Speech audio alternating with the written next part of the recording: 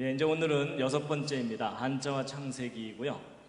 다음 주에는 제가 공룡에 관해서 말씀을 드리려고 합니다.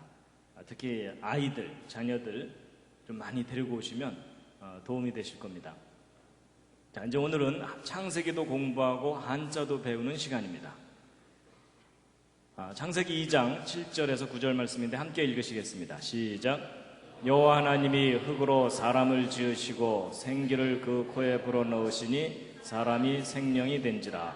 여호와 하나님이 동방의 에덴에 동산을 창설하시고 그 지으신 사람을 거기 두시고 여호와 하나님이 그 땅에서 보기에 아름답고 먹기에 좋은 나무가 나게 하시니 동산 가운데에는 생명나무와 선악을 알게 하는 나무도 있더라. 여러분, 지금 에덴 동산은 없어졌습니다. 왜냐하면 대홍수 때 다 파괴되었기 때문에 지금 남아있을 수가 없습니다. 그래서 남아있지도 않기 때문에 많은 사람들이 에덴 동산 이야기를 신화처럼 생각합니다.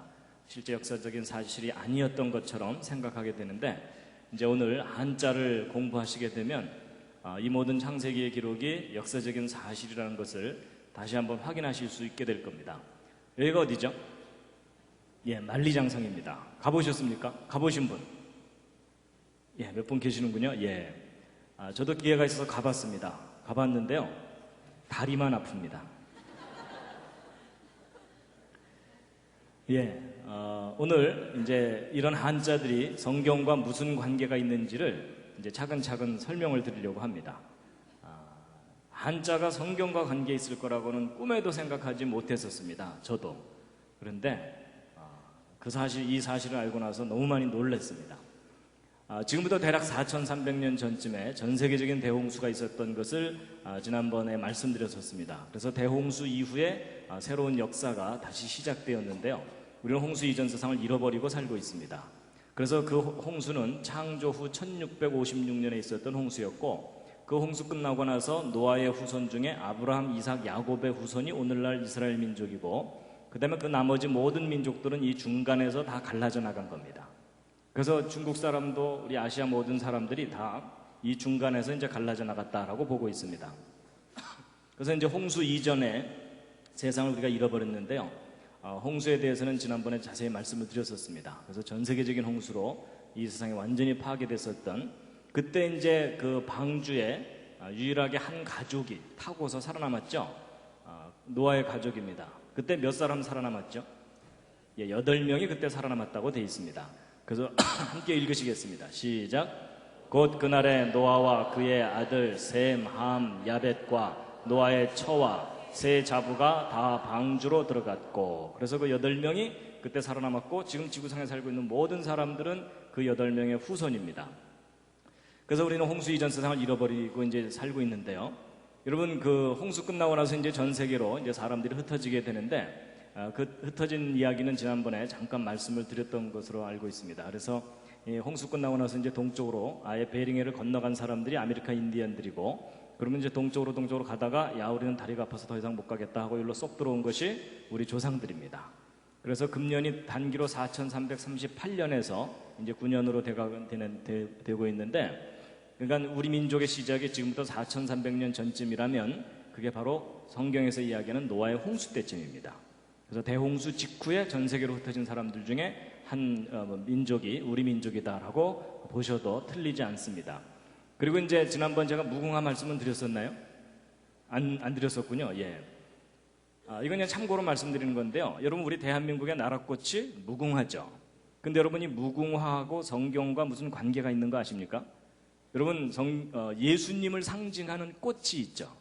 그래서 찬송가에도 샤론의 꽃 예수라고 나오죠.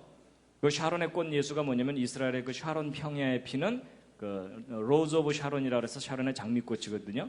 근데 우리는 장미꽃이라고 표현되어 있으니까 일반적인 장미꽃으로 알고 있는데 그렇지 않습니다. 이 샤론의 장미가 정확하게 무슨 꽃이냐면 무궁화 꽃입니다. 그래서 여러분, 이 무궁화 꽃이 바로 샤론의 장미입니다. 잘 모르셨죠? 그러니까 여러분, 놀랍게도 예수님을 상징하는 꽃이 무궁화 꽃인데 그 꽃을 우리 대한민국이 나라꽃으로 삼고 있는 겁니다. 기분 괜찮으시죠? 약간 얼떨떨하기도 하시죠? 왜 그걸 우리가 잘 상식처럼 몰랐을까요? 누가 안 가르쳐줘서 그런 겁니다. 그래서 여러분 이 무궁화에 대한 학명이 여기 시리아라고 써 있죠. 이 시리아가 이스라엘 북쪽에 있는 시리아 이쪽 지역입니다. 이쪽이 원산지입니다. 그래서 이쪽 지역의 옛날 유적 유물들을 발견해 보면 성벽이나 이런 곳에 무궁화 꽃잎, 나뭇잎 문양이 많이 발견됩니다. 예, 그냥 이것은 참고로 말씀드렸고요. 그 다음에 이제 동쪽으로 가다가 여기 땅 넓어 해 이러면서 살게 된 사람들이 누굽니까? 이게 이제 중국 사람들입니다. 예. 근데 이 중국 사람들을 포함한 아시아 사람들이 한자를 함께 사용하고 있잖아요. 근데 여러분 이 한자를 발명한 사람들은 중국 본토 사람들이 아닙니다. 연구를 해보면 이 한자는 동이족이라고 이 중국보다는 약간 동북쪽에 살고 있는 사람들이 발명한 것이라고 지금 알려져 있습니다. 그럼 이쪽 사람들이 한자를 발명했다면 우리 조상일 가능성이 아주 높다는 얘기입니다. 그래서 이제 이 한자에 대해서 이제 말씀을 드릴 텐데요. 여러분 이 한자를 발명한 사람들이 성경대로라면 노아의 후손이겠죠? 그렇다면 한자 속에 뭔가 그 근거가 남아있을 텐데 그 대표적인 예가 바로 이제 이 글자입니다. 이 글자는 제가 지난번에 말씀드렸었나요? 아니었군요. 그때 노아홍수 이야기하면서 시간이 좀 없어서 이 부분은 빠뜨린 것 같습니다. 여러분 이 글자 무슨 글자이죠? 배선자입니다. 그래서 구조선, 유조선, 유람선 이럴 때 배선자인데 이 배선자를 분해를 해보면 배주자에 여덟 팔자에 입구자 이렇게 되어 있는데 이 입구자는 사람의 입을 가리킬 때도 쓰지만 사람의 숫자를 쓸 때도 씁니다. 그러면 배, 여덟 사람 이렇게 되어 있습니다. 여덟 사람이 탄 배. 뭐 떠오르는 배 있으시죠? 예, 성경 창세기의 내용을 아는 사람들은 이게 노아의 방주와 관련되어 있는 것을 생각해낼 수가 있거든요. 여러분 대홍수 때 8명 살아남았거든요. 신기하죠? 근데 이제 이 글자 한 글자만 말씀드리면 어떤 분들은 야, 그 수많은 한자 가운데 어쩌다 한 글자가 성경하고 맞으니까 잘도 껴다 맞췄다. 이제 이러는 분들이 혹 있으실 겁니다. 근데 여러분 어쩌다 한 글자 맞으면 제가 쑥스럽게 이걸 뭘 소개를 해드리겠습니까? 그렇죠? 예, 오히려 반발심이 들죠. 근데 여러분 거꾸로 한번 생각해 보세요. 여러분이 이 한자를 발명한 옛날 사람들이라고 생각해 보자고요. 그럼 배와 관련지어서 왜 하필이면 그 수많은 숫자 중에 8팔자를 썼느냐 하는 겁니다. 여러분 어떤 글자가 오랫동안 사용되고 널리 사용되려면 그 글자를 만든 근거가 확실해야 됩니다. 그렇죠? 그럼 무슨 뚜렷한 근거가 없는 한 8팔자를 배와 관련해서 쓸 이유가 없다는 겁니다. 근데 성경 스토리를 우리가 알면 노아의 홍수 사건이 너무나 중요한 사건이고 그때 8명 살아남은 것이 아주 분명한 사실이었기 때문에 만약에 노아의 후손들이 글자를 만들었다면 이와 같이 만들었을 가능성이 높은 겁니다. 근데 이제 이 글자만 설명드리면 이제 우긴다 그러실까봐 또 다른 글자도 보여드리면요. 여러분 이것은 홍수 그럴 때 그 홍자죠. 그랬을 때 이게 뭐냐면 물숫자하고 함께 공자입니다. 왼쪽이 물숫자죠. 그래서 이것을 풀이를 해보면 물로 함께 멸망당했다 또는 홍수 때에 함께 살아남았다 이렇게 풀이될 수 있는 그런 모양인데 이 함께 공자 밑에도 8팔자가 또 들어있습니다. 희한하게도 배와 관련지어서 물과 관련지어서 8팔이라는 숫자가 자주 발견됩니다. 그리고 이제 이 글자는 조금 어려운 글자입니다. 그 연혁 소개 그럴 때 그 연자인데요. 아마 어른들은 기억하실 겁니다. 개교 기념일이나 회사 창립 기념일 날 기념식을 하는 순서 중에 하나가 뭡니까? 다음은 연혁 소개가 있겠습니다. 뭐 이런 거 있죠. 그 회사의 역사 같은 걸 얘기할 때 쓰는 말이거든요.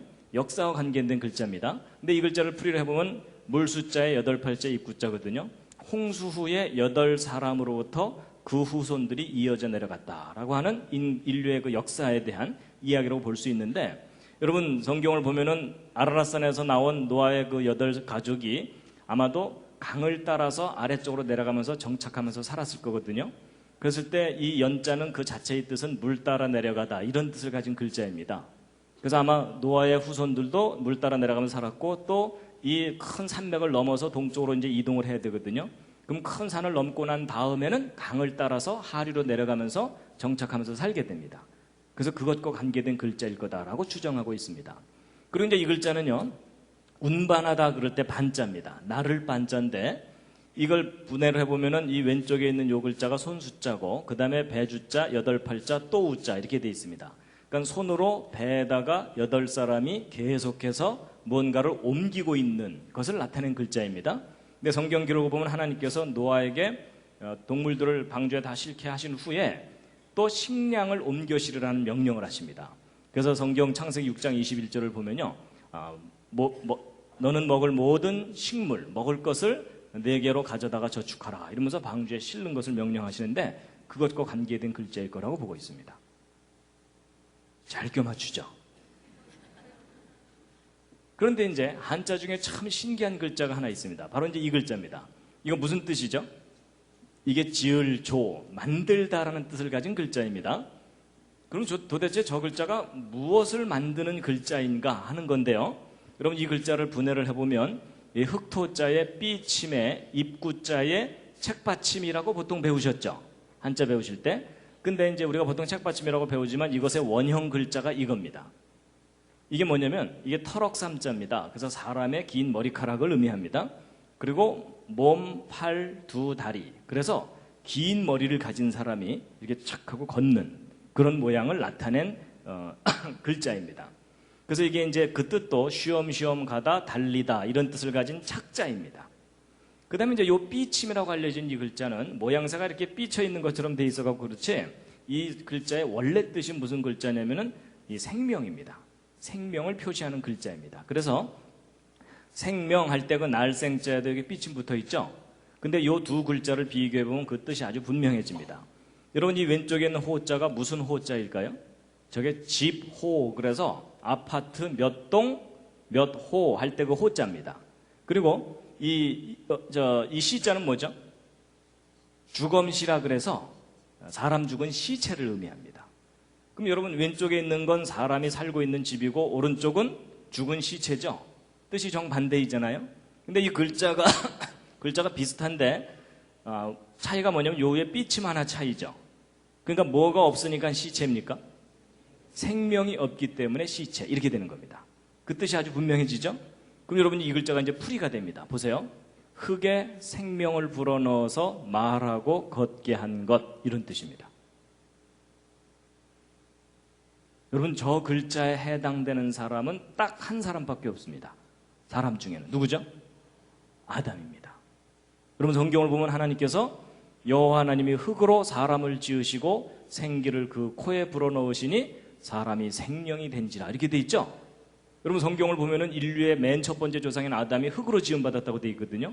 근데 희한하게도 한자 속에 그 스토리가 담겨 있어요. 여러분, 이 한자를 만든 사람들이 뭔가를 알고 있었던 사람입니다. 여러분, 인류 가운데 아담만 흙으로 지음받았어요. 하와도 아담의 갈비뼈로 만들어졌고요. 여러분과 저는 어머니 태로부터 나와요. 그렇죠? 그러니까 이 글자에 해당되는 사람은 아담밖에 없어요. 참 신기하죠? 그러니까 여러분, 흙으로 사람이 만들어졌다는 것은 이 성경을 알았던 사람들만 알았던 게 아니고요. 고대 동양 사람들도 그 사실을 알았었다는 얘기입니다. 근데 여러분, 사람의 조상, 그러니까 이 아담이 흙으로 만들어졌다는 거 믿으시나요? 표정을 보아서는 지금 거의 안 믿으시는 표정입니다. 근데 여러분, 아담이 흙으로 만들어졌다는 말이 과학적인 말입니까? 비과학적인 말입니까? 옆에 있는 분과 한번 상의해 보시죠. 자, 아담이 흙으로 만들어졌다는 건 과학적인 이야기다라고 생각하시는 분. 예, 여러분 계시고요. 아니다, 이건 좀 비과학적인 이야기다. 예, 그럼 나머지 분들은요? 들어보고 결정하시겠다, 이런 표정이시네요. 여러분, 저도 예전에는 흙으로 사람이 만들어진다는 건 비과학적인 것이라고 생각했습니다. 그런데 아니에요. 여러분, 흙으로 사람이 만들어졌다는 것은 과학적인 이야기입니다. 무슨 말이냐? 여러분, 과학적이라는 것은 지난번에도 제가 언뜻 말씀드렸지만 원인과 결과가 분명한 것이 과학적인 겁니다. 그렇죠? 자, 그럼 이제 생각해 보세요. 여러분, 죽으면 무엇으로 돌아가십니까? 흙으로 돌아가시죠? 여러분 중에 혹시 플라스틱으로 돌아가실 분 계십니까? 여러분, 모든 사람은 죽으면 다 흙으로 돌아갑니다. 맞죠? 그래서 여러분 신토불이란 말이 무슨 말이냐면 우리 몸과 흙은 서로 다른 게 아니다 그 얘기죠. 그래서 사람의 몸과 흙은 같은 성분입니다. 근데 사람이 죽으면 흙으로 가는 건 누구나 다 아는데 흙에서부터 사람이 만들어졌다는 건 잘 인정이 안 되시죠? 여러분 이해하실 수 있도록 설명을 해드리겠습니다. 보세요. 여러분 흙을 한 사 퍼서 어린아이들을 주면 어린아이들은 하루 종일 흙장난하고 놀다가 기껏 만드는 게 두꺼봐 이러면서 두꺼비집 하나 만듭니다. 그렇죠? 근데 그 똑같은 흙을 한 사 퍼가지고 여러분을 드리면 여러분은 나름대로 그릇 하나씩 만드실 수 있을 겁니다. 그렇죠? 그리고 여러분 중에 정말 솜씨가 좋으신 분들은 이런 도자기도 만드실 수 있겠죠? 근데 여러분 그 똑같은 흙을 한 사 퍼서 반도체를 만드는 과학자들 갖다 주면 그 과학자들은 이 흙에서 모래를 뽑아내고 모래 속에서 실리콘을 뽑아내고 정제하고 가공해서 금보다 더 비싼 반도체 칩을 만들어냅니다. 자, 그럼 여러분 한번 생각해 보세요. 재료는 똑같은 흙이에요. 그렇죠? 그런데 왜 아이들은 두꺼비집, 어른들은 그릇, 전문가는 그보다 더 훨씬 훌륭한 반도체 칩을 만들어내는 거죠? 결과가 다르죠. 결과가 다른데 그 결과가 다른 원인이 뭐예요? 그 원인이 뭘까요? 예, 여러 가지 표현할 수 있지만 지혜와 능력의 차이예요. 맞죠? 여러분 똑같은 재료를 가지고 지혜와 능력이 클수록 더 훌륭한 작품이 나온다. 이거 상식이죠. 자, 그럼 이제 보세요. 이런 식으로 이렇게 이제 가는데 여러분 제가 지난번에 제일 첫 번째 그 주제를 말씀드릴 때에 이 반도체 칩하고 이 생명체를 비교해 드린 적이 있었습니다. 뭐 이미 지나간 추억이 되셨겠지만 하여튼 그런 적이 있었습니다. 그때 제가 이 반도체 칩과 세포의 정보 저장 능력에 대해서 비교를 해드린 게 있는데 여러분 요 밑에 있는 칩 640권 새로 개발된 것 이 속에 책 2만 권을 집어넣는다 그랬죠? 근데 이 오른쪽 세포에는 대략 백과사전 1000권 정도의 유전 정보가 들어있다 그랬죠? 근데 여러분 숫자상으로는 왼쪽이 더 커 보이지만 여러분 이 세포를 반도체 칩 위에다가 올려놓으면 보여요? 안 보여요? 보이지도 않을 정도로 지극히 작은 곳에 1000권이 들어있는 거예요.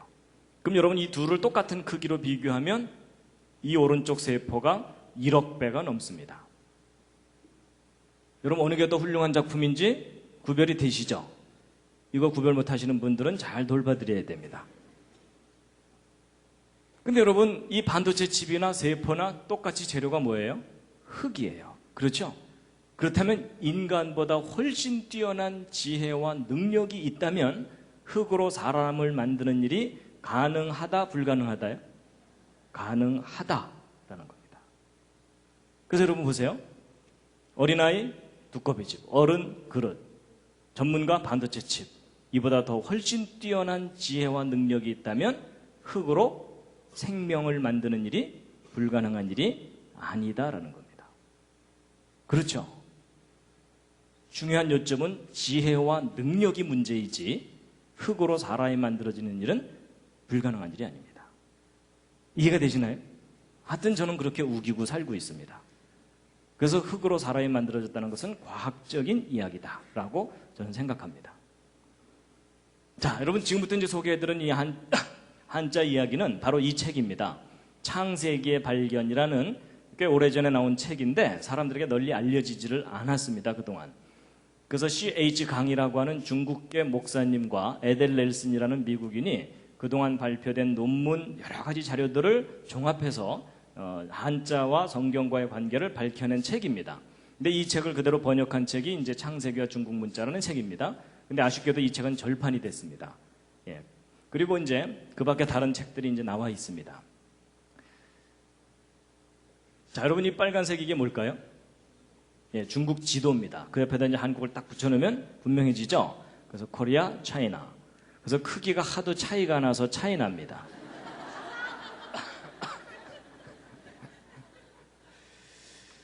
그래서 이 중국을 포함한 아시아 사람들이 이렇게 이제 한자를 사용하고 있는데요. 기왕 이제 중국 한자 얘기를 해야 되니까 중국 잠깐 함께 구경하시겠습니다.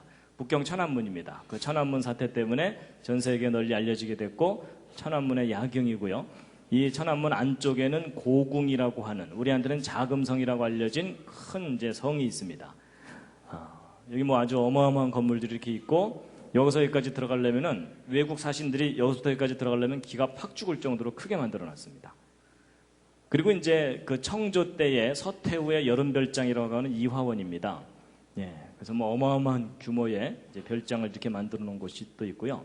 그 다음에 이제 천단공원이라 그래서 옛날 명나라, 청나라 시절에 황제가 상제에게 제사 지내던 장소입니다. 그리고 이제 그 밖에 이제 중국식 건물인데 우리 건물하고는 좀씩 다르죠? 그런데 중국이 너무나 짧은 시간 내에 급변했습니다. 그래서 여기도 중국입니다. 여기가 이제 그 상해입니다. 상해 푸동이라고 하는 그 신시가지인데 이 상해에 살고 있는 사람들은 자기들을 중국 사람들이라고 부르면 싫어한답니다. 상해 사람이라고 불러달라 뭐 이렇게 얘기한답니다. 북한의 김정일이 이 상해에 방문했다가 큰 충격을 받았죠. 예, 그래서 우리도 뭐 좀 하자고 뭐 이러면서 이제 하다가 된 것 중에 하나가 지금 평양과학기술대학을 지어주는 일이 지금 진행되고 있습니다. 그래서 이제 신시가지고 그 반대편 이쪽에는 이제 구시가지인데 옛날 독일 사람들이 개발해서 유럽식 건물들이 이렇게 있고요. 하여튼 중국은 지금 너무나 빠르게 발전하고 있습니다.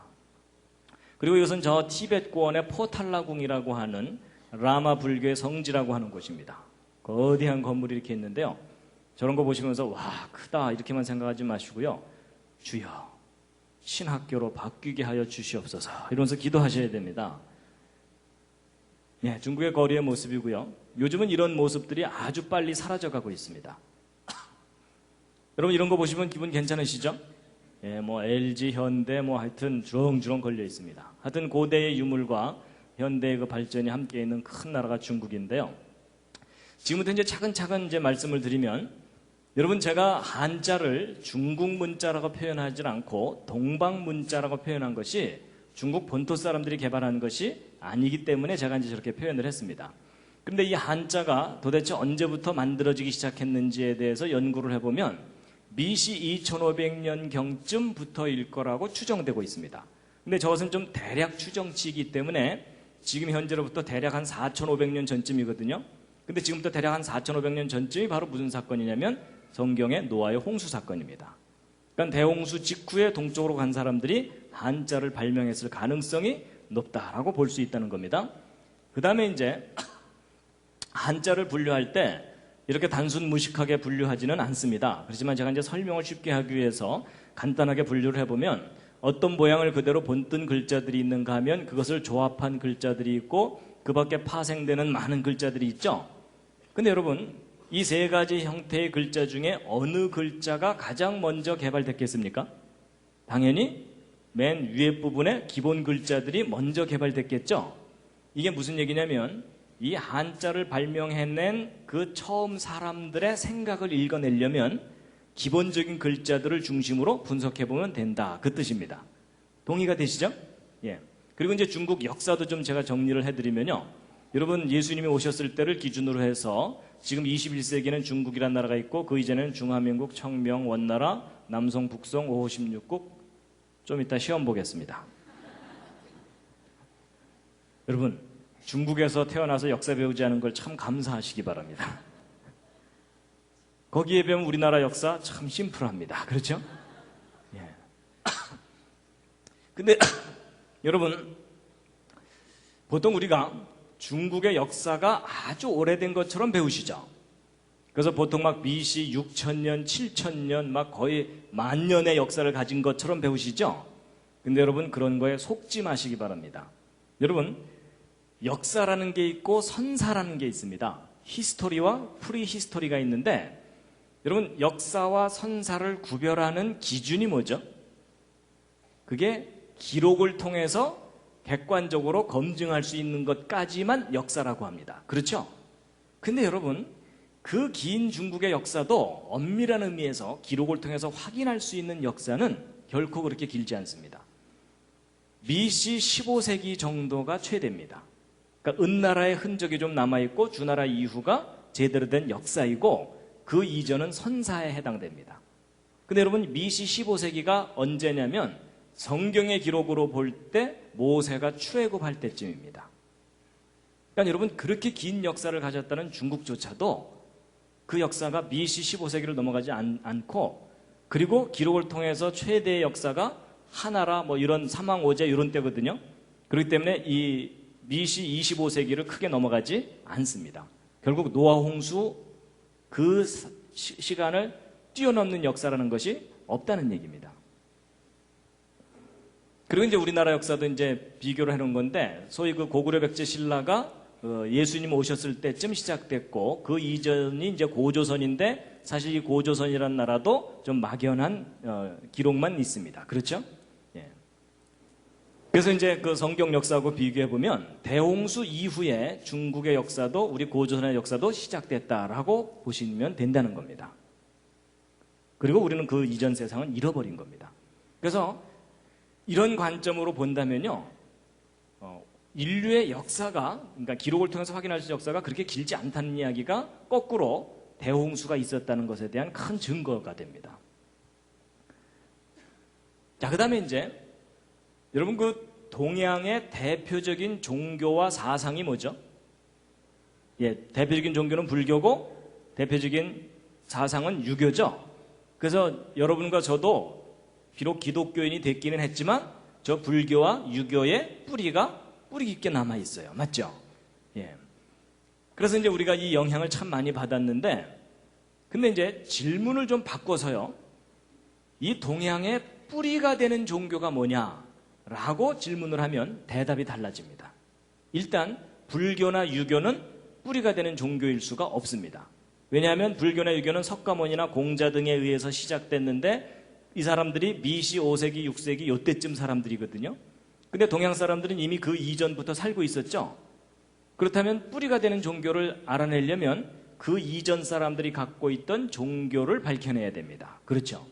그런데 그 이전 사람들이 어떤 종교 형태가 있었는지를 알아내려면 무엇을 연구해보면 되냐면 바로 한자입니다.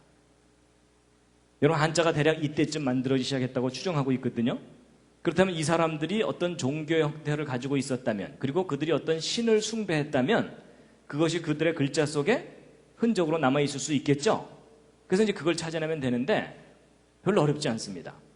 그것을 알아내려면 종교, 제사, 기도 이런 것과 관계된 한자들을 분석해 보면 됩니다. 자, 다 같이 한번 써보시겠습니다. 한자로. 자, 옆에 있는 분과 상의해가면서 한번 써보시죠. 예, 지금 거의 망연자실한 표정이십니다. 예, 종교, 제사, 기도 이런 한자를 한번 써보시면요, 제가 다 써왔습니다. 예, 안 쓰실 거 알고 제가 다 써왔습니다. 종교, 제사, 기도 이렇게 쓰거든요. 그 다음에 그것과 관계된 한자들을 이것저것 모아놓은 겁니다. 여러분, 종교에는 신이 있고 그 신을 숭배합니다. 그리고 이제 참선, 여러분 참선은 기독교적인 용어로 바꾸면 큐티, 묵상 뭐 이런 겁니다. 그 다음에 이제 제사에는 사직이 있죠. 그래서 여러분 서울에도 부산에도 사직공원이 있죠. 그 다음에 이제 예절, 여러분 거의 모든 예절이 제사로부터 나왔다고 해도 과언이 아닐 정도로 제사와 예절은 아주 깊은 관계가 있습니다. 그 다음에 이제 기도할 때 우리가 복을 받기를 빌고 화가 내리지 않기를 빌고 도움을 빌고 이렇게 되죠. 자, 그런데 여러분 퀴즈입니다. 이런 종교, 제사, 기도와 관계된 한자들을 이것저것 모아놓고 나면 이상하게 눈에 자주 뜨이는 부수글자가 하나 있습니다. 단어마다 꼬박꼬박 하나 두 개씩 들어있죠. 무슨 글자입니까? 그거요. 그렇죠? 그거. 예. 그런데 여기서는 보일시만 이러시는데 제가 어디 갔더니 아무 소리도 못 하시더라고요. 그거 이러시더라고요. 근데 바로 이 글자입니다. 이 글자가 무슨 글자냐면 바로 보이다라는 뜻의 시자고, 또는 계시하다, 나타내주다 이런 거거든요. 근데 여러분, 계시하는 존재가 누구죠? 신이에요. 그렇죠? 근데 이제 그러면 이 글자가 글자마다 꼬박꼬박 들어있는데 저 글자가 뭔가 중요한 열쇠를 가지고 있는 글자입니다. 그럼 이제 이 글자의 비밀을 풀어야 되는데, 여러분 이 보일시의 옛날 그림 글자 형태가 여러 가지 형태로 있는데 그 중에 가장 단순하고 기본적인 형태가 이겁니다.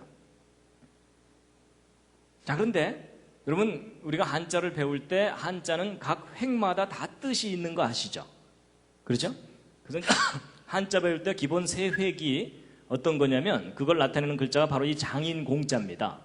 여러분 한자가 네모나게 보통 생겼는데 장방형으로 생겼는데 여러분 위에 가로로 한 획이 무슨 뜻일까요? 이게 하늘입니다. 하늘. 그럼 밑에 가로로 한 획은 뭐겠습니까? 땅입니다. 그리고 위에 가로로 내리그은 획은 뭘까요? 이게 사람입니다. 이게 기본 세 획이거든요. 그럼 이 관점으로 이 글자를 한번 보시면 여러분 위에 한 획이 뭐죠? 하늘. 그 다음에 사람, 사람이죠? 하늘 몇 사람이요? 세 사람. 하늘 세 사람. 그러면 혹시 뭐 관련해서 뭐 떠오르는 거 없으십니까? 예, 성경을 보면 이 우주를 창조하신 창조자 하나님이 사람에게 세 가지 모습으로 하나님 자신을 표현을 하셨습니다.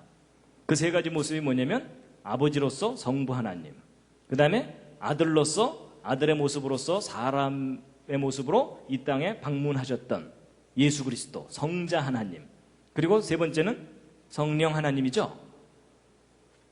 그런데 우리가 알고 있는 그 삼위 하나님이라는 개념하고 뭔가 글자 모양이 통해요. 그렇죠? 그렇다면 고대 사람들도 신에 대해서 정확한 지식을 갖고 있을 수 있었을 텐데, 근데 이제 이 글자만 설명드리면 우긴다 그러실까봐 제가 이제 한 글자 더 알려드리면요. 여러분 하나님의 삼위 중에 성부, 성자, 세 번째가 뭐죠? 성령이죠. 근데 그 령자 쓸 줄 아십니까? 한자로? 이건 포기하셔야 됩니다. 왜냐하면 쓰기보다는 한참을 그려야 됩니다. 복잡하죠? 그래서 이게 이제 성령, 영혼 그럴 때 그 영자인데, 여러분 보세요. 이 글자 잘 보시면 가운데 입구자가 몇 개가 있나요? 세 개가 있죠. 여러분 저 입구자는 사람의 입을 가리킬 때도 쓰지만 사람의 숫자를 셀 때도 쓴다 그랬죠? 그럼 세 사람이죠.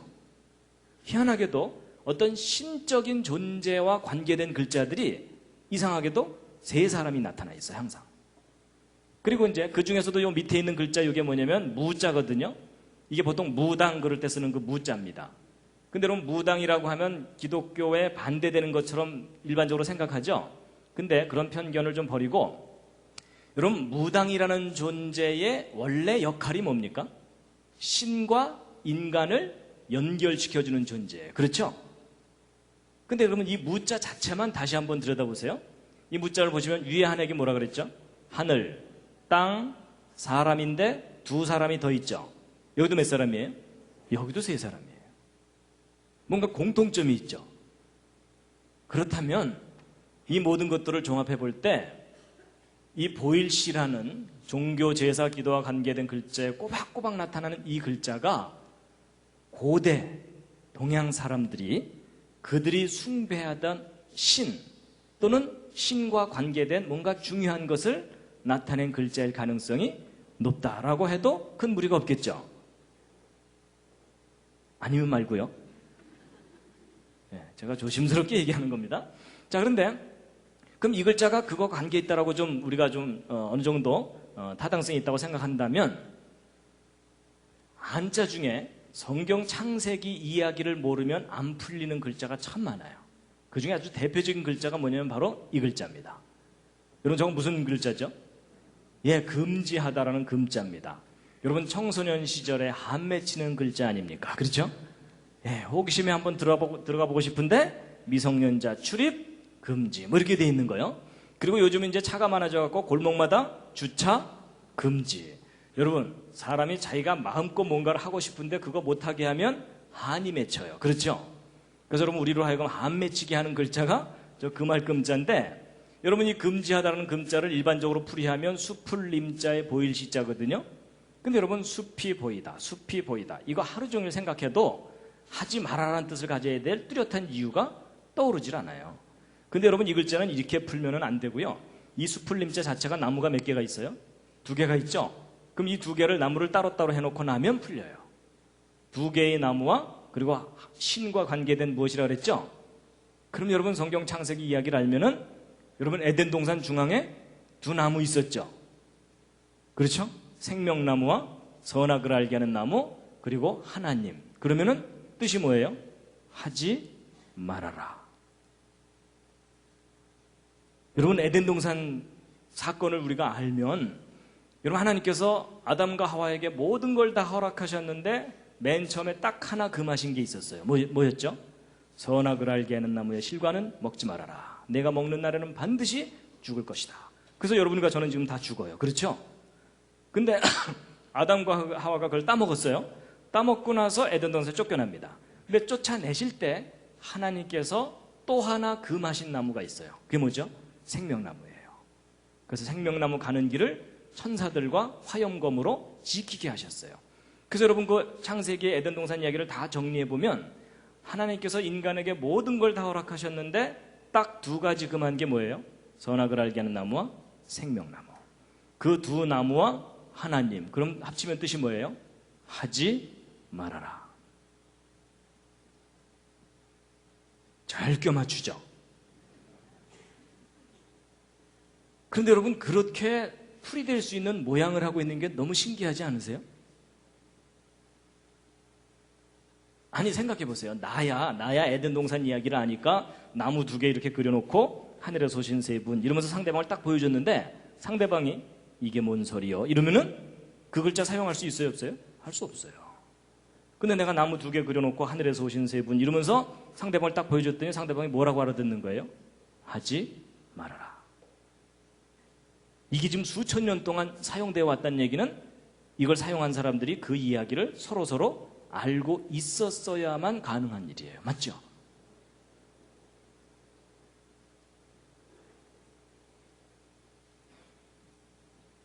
신기하죠? 근데 이제 이 글자만 또 알려드리면 또 우긴다 그러실까봐 제가 관련된 글자들을 더 알려드리면요. 여러분이 하나님이 금하신 나무에 사람이 다가간 겁니다. 이게 누구겠어요? 하와가. 그래서 가서 봤더니 성경에 뭐라고 써있죠? 보암직도 하고 먹음직도 하고 지혜롭게 할 만큼 탐스러운지라 이렇게 돼 있어요. 야 저거 하나 따먹으면 수능 만점 받겠다 뭐 이런 거예요. 그래서 이게 그 뜻이 뭐냐면 우러러보다 고개를 쳐들다라는 금자예요. 이 밑에 있는 글자가 더 리얼해요. 보세요. 여러분 하나님이 금하신 그 두 나무에 여자가 다가갔죠? 이 여자 누굴까요? 하와. 그렇죠? 그래서 여러분 이게 무슨 뜻일까요? 놀라지 마세요. 이게 탐내다 욕심을 부리다라는 람자예요. 여러분 지금 좀 소름이 좀 돋지 않으세요?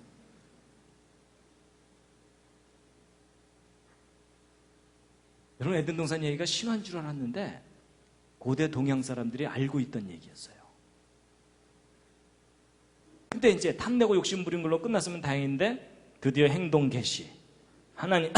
하나님이 금하신 그 두 나무에 손을 갖다 댄 거예요. 이게 뭐냐면 만지다 가까이 하다라는 마자예요.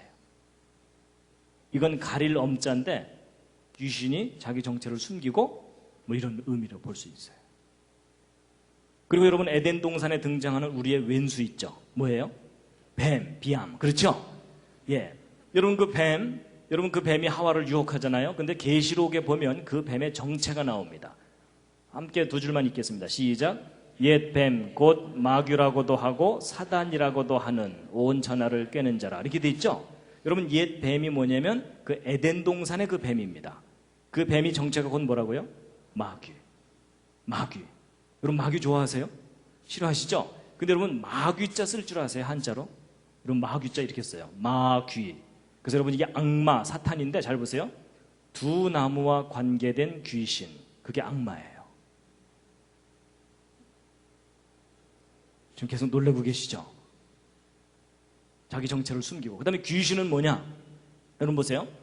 이 귀신 귀자에 요 밭전자 있죠? 지금 우리가 이제 밭전자라고 알려져 있지만 이 글자의 옛날 원형 글자들을 연구해 본 분들이 이것은 에덴 동산을 표시하던 글자구나. 어떤 특별한 장소. 이제 그걸 알게 됐어요. 그래서 여러분 귀신은 뭐냐면 에덴 동산에 어떤 살아있는 것이 사람에게 비밀스럽게 접근한 존재. 이게 귀신이에요. 그래서 이제 한자 중에 이제 몇 가지 기본 글자들을 먼저 알려드리면요. 이 밭전자가 아까 말씀드린 대로 어떤 특별한 장소를 표시하던 글자인데 우리가 지금은 밭이라고 알려있지만 원래 에덴 동산을 나타내던 글자이고요. 이 선역서자는 여러분 에덴 동산에 있던 첫 번째 사람입니다. 이게 사람 인자 옛날 형태거든요. 에덴 동산의 첫 번째 사람이 누구죠? 아담이죠. 그래서 이 선역서자는 지금은 선역서자지만은 아담, 남자를 표현하는 글자입니다. 근데 왜 선역서자로 지금 쓰느냐? 저것도 관련이 있다고 보고 있어요. 여러분, 동양 사람들이 볼 때 에덴 동산은 어느 쪽 방향이에요? 서쪽 방향이에요. 그렇죠? 그래서 이제 관련이 있다고 보고, 그 다음에 이제 뼈골자입니다. 여러분, 아담의 갈비뼈로 하와를 만들었죠? 성경을 보면. 그럼 여러분, 저 뼈골자는 누구를 나타내는 글자겠어요? 여자, 하와. 그래서 지금은 뼈로 알려져 있지만 하와입니다. 그래서 이제 여러분, 아담의 갈비뼈로 하와를 만드는 장면을 이제 좀 자세하게 설명을 드릴 텐데요. 일단 성경에 써 있는 내용 뭐라고 써 있는지 한번 유심히 한번 읽어보시기 바랍니다. 시작.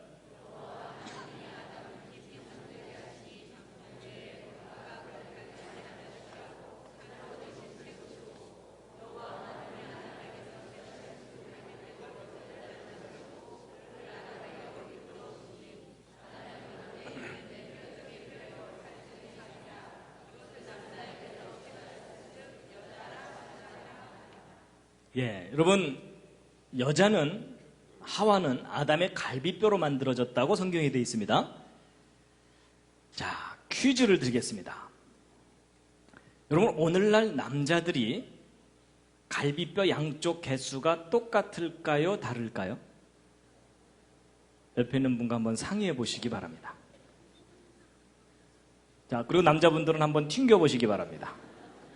띠리리리리링.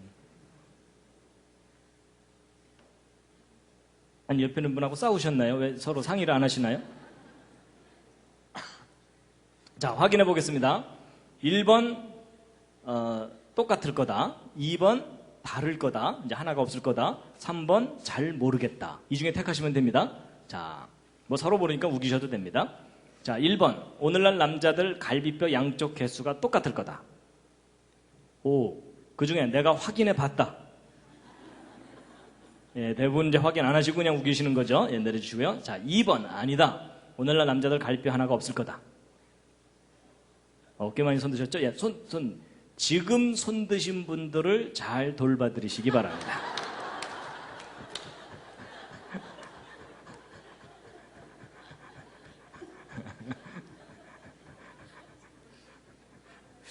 왜 손 드셨습니까?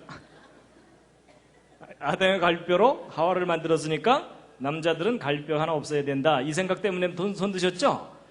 예, 하여튼 옆에서 잘 돌봐드리시기 바랍니다. 여러분, 저는 과학을 공부하고 또 성경을 믿고 그러다 보니까 신앙의 과학화를 부르짖는 사람 중에 하나입니다. 여러분, 하나님이 창조하신 세상의 원리와 법칙을 정확하게 모르면, 그러니까 쉽게 얘기하면 과학을 잘 모르면 미신, 맹신, 불신 이런 게 생기게 돼 있어요. 아주 그 대표적인 예가 바로 이 갈비뼈 얘기입니다. 오늘날 남자들 갈비뼈 양쪽 개수 똑같습니다. 똑같아요. 그러면 성경 틀린 거 아니냐? 아니에요, 여러분. 그거 잘 이해하셔야 돼요. 여러분, 아담의 갈뼈를 꺼냈다고 해서 그 후손들이 갈뼈가 없질 않아요. 여러분 생각해 보세요. 아담 갈비뼈 꺼냈다 그래서 아담과 하와가 자식을 낳으면 애가 갈비뼈가 하나 없어서 나올까요?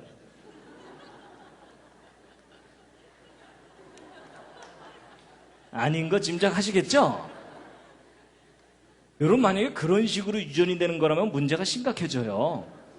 여러분 조상님 중에 논에 나가서 낫질하다 손가락 잘린 분, 자식을 낳았더니 애가 손가락이 하나 없어서 나와. 전쟁 나가서 다리 잘린 분, 집에 돌아와서 애를 낳았더니 애가 다리가 없어서 나와. 여러분, 이런 식으로 유전이 되는 거라면 지금 현재 여러분과 저는 몸뚱이만 앉아 있어야 됩니다. 맞죠?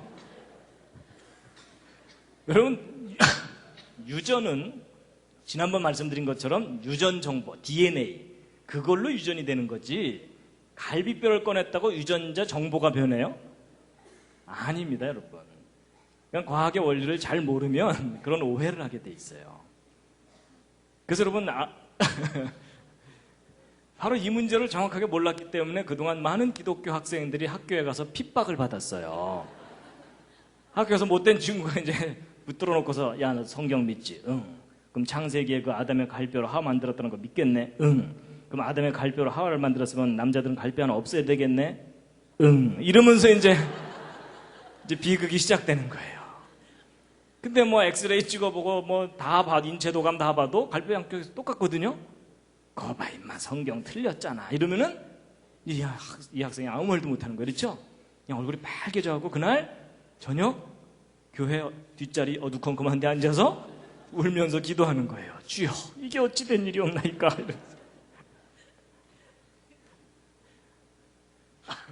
그래서 여러분 아담 갈비뼈 꺼냈다고 남자들 갈비 하나 없애야 된다. 이건 잘못된 생각입니다. 예, 그거 아니에요. 자, 그런데 여러분 또 여러분 아담의 갈비뼈를 꺼내서 여자를 만들었다. 하와를 만들었다. 이거 과학적인 이야기입니까? 비과학적인 이야기입니까? 이젠 분위기상 과학적인 얘기라고 대답은 해야 될 것 같은데 뭐 좀 떠오르는 아이디어가 없으시죠? 여러분 예전에는요, 야야 그 아담 갈뼈로 하와를 만들었다는 그런 황당한 창세기를 내가 어떻게 믿냐 이러면서 사람들이 못 믿었거든요. 근데 요즘은 그런 얘기하면 바보입니다. 왜냐하면 여러분 요즘 인간 복제 많이 들어보셨죠? 그게 뭐 하는 거예요? 여러분 몸에 있는 세포 하나 떼어내 갖고 여러분과 똑같은 사람을 또 하나 만든다는 거예요. 맞죠? 그럼 여러분 그게 무슨 얘기냐면 우리 몸의 일부를 떼어내서 또 하나의 사람을 만드는 일이 가능하다 불가능하다? 가능하다고 지금 과학자들이 외치고 있잖아요. 그렇죠? 과학적으로 가능하다고. 근데 여러분 아담의 갈비뼈를 꺼내서 하와를 만들었다는 얘기는 그 요약하면 뭐예요? 아담의 몸의 일부를 떼어내서 또 하나의 사람을 만들었다는 얘기죠. 그게 무슨 얘기예요? 생명이 복제될 수 있다는 얘기죠. 그렇죠? 그 얘기가 그 얘기예요. 맞죠? 저는 오히려 아이 띨띨한 인간도 세포 하나만 떼어내도 또 하나의 사람을 만들 수 있다고 우기는데 그 전능하신 분께서 왜 하필이면 뭉태기로 떼내셨을까? 전 그게 오히려 이상해요. 근데 아마 세포 하나만 떼냈다면 우리가 이해를 못 하실까 봐 뭉태기로 떼내셨나? 전 그런 생각도 해봤어요. 맞죠? 불완전한 지식을 가진 인간도 사람 몸 일부를 떼내서 또 하나의 사람을 만들 수 있는 시대잖아요. 그게 과학적으로 가능하잖아요. 그렇죠? 근데 전능하신 분이 그거 못 하시겠어요. 그렇죠? 그러니까 여러분 생명 복제의 시조가 누구세요? 여러분 하나님이세요.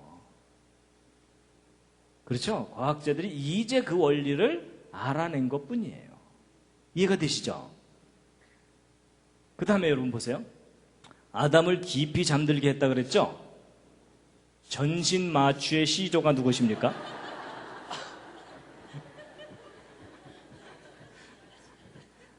여러분 요즘은 마취 기술이 개발돼서 쉽게 마취들을 잘 하지만 옛날에 얼마 전까지 마취제 개발된 지 얼마 안 됐어요. 그 이전에는 수술할 때 어떻게 했겠어요? 막 다리 썩어 들어가는 사람들 그냥 묶어놓고 톱으로 자르는 수밖에 없어요. 맞죠? 그게 얼마나 끔찍한 일이에요. 근데 여러분 성경을 봤더니 뭐가 써 있어요? 갈비뼈를 꺼내는 치명적인 수술을 해도 모를 정도로 깊이 잠들었다고 돼 있죠? 그렇다면 인간이 죽지는 않으면서도 고통을 느끼지 않으면서 긴 시간 동안 잠들어 있을 수가 있다는 얘기죠. 그게 마취제를 개발한 동기 중에 하나예요. 참 희한하죠? 성경이 훨씬 먼저고 훨씬 과학적인 이야기가 되어 있습니다. 그 다음에 이제 여러분 아담의 갈비뼈를 꺼내서 하와를 만들었다고 되어 있죠? 근데 갈비뼈 꺼낸 자리를 성경을 보면 어떻게 되어 있다고요? 살로 대신 채웠다 이렇게 되어 있죠? 근데 여러분 이 과정을 그대로 나타낸 글자가 뼈골자예요. 자, 뼈골자 한번 주의 다시 한번 보세요. 여러분 이 뼈골자를 보시면 요 밑에는 요 달월자 있죠?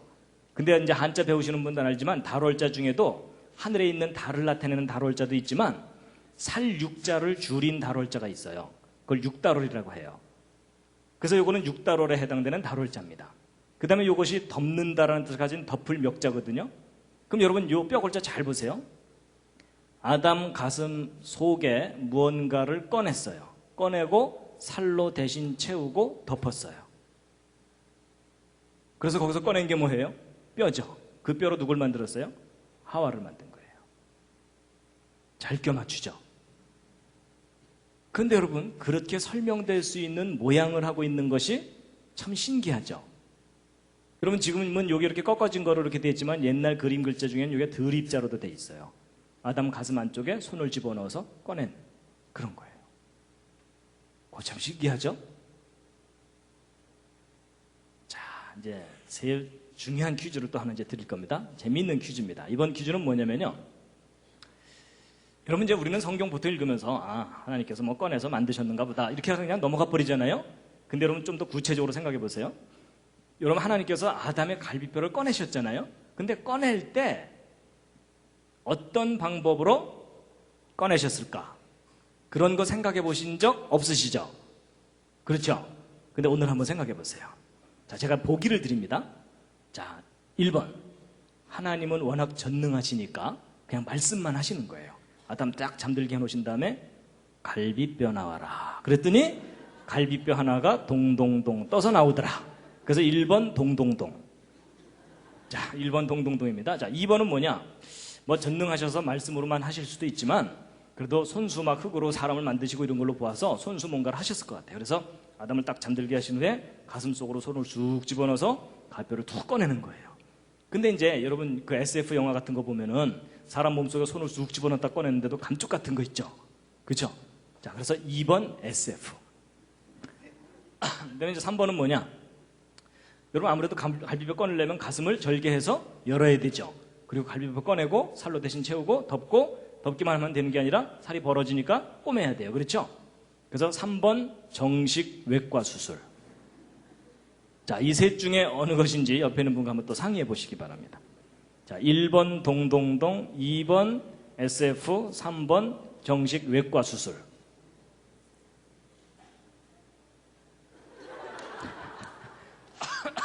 자, 이제 확인해 보겠습니다. 서로 모르니까 우기셔도 됩니다. 예, 재미삼아 그냥 한번 풀어보시면 됩니다. 자, 전능하시기 때문에 말씀만으로 하셨을 거다. 자, 1번 동동동. 동동동일 거다. 자, 지금 손 드신 분들은 만화를 많이 보신 분들입니다. 내려주시고요. 자, 2번 아니다. 말씀만으로 하셨으면 손을 직접 넣는데 솜씨는 좋아갖고 감쪽같이 하셨을 거다. 자, 2번 SF. 자, 지금 손 드신 분들은 공상과학 영화를 많이 보신 분들입니다. 자, 내려주시고요. 자, 3번 정식 외과 수술하셨을 거다. 자, 지금 손 드신 분들은 하나님의 전능하심을 잘 안 믿는 분들입니다. 하나님께서 직접 피 튀겨 가시면서 천사들한테 겸자 어디 있어 겸자 뭐 이러면서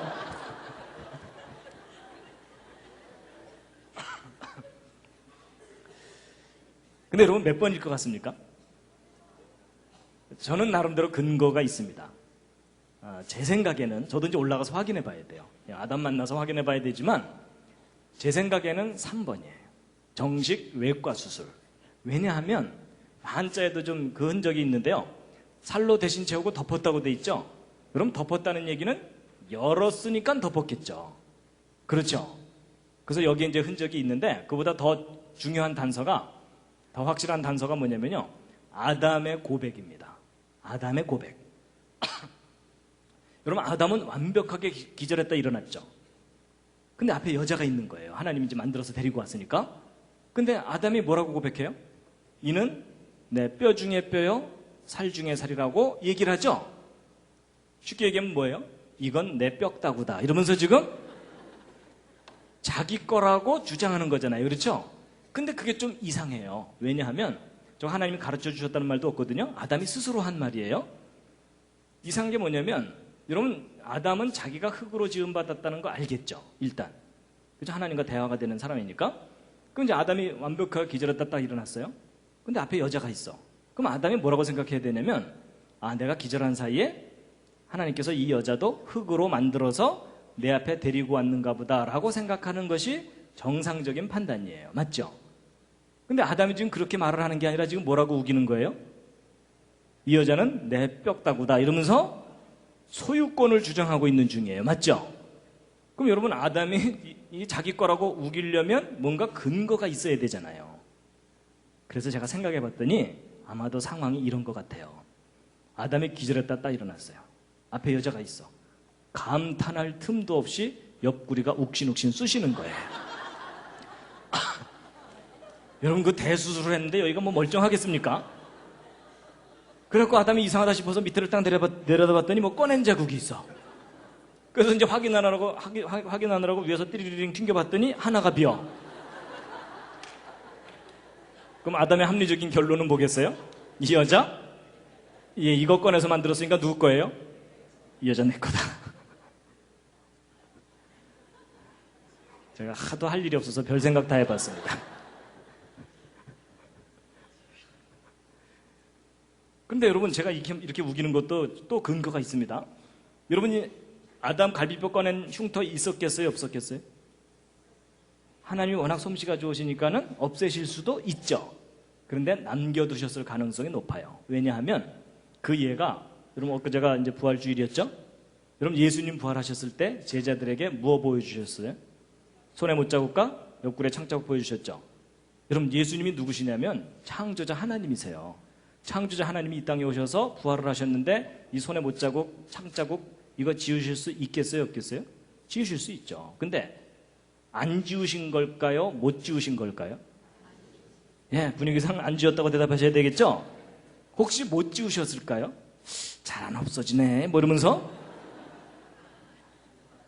아니, 그럼 안 지우셨어요. 그건 예수님 자신을 위해서가 아니에요. 누구를 위해서?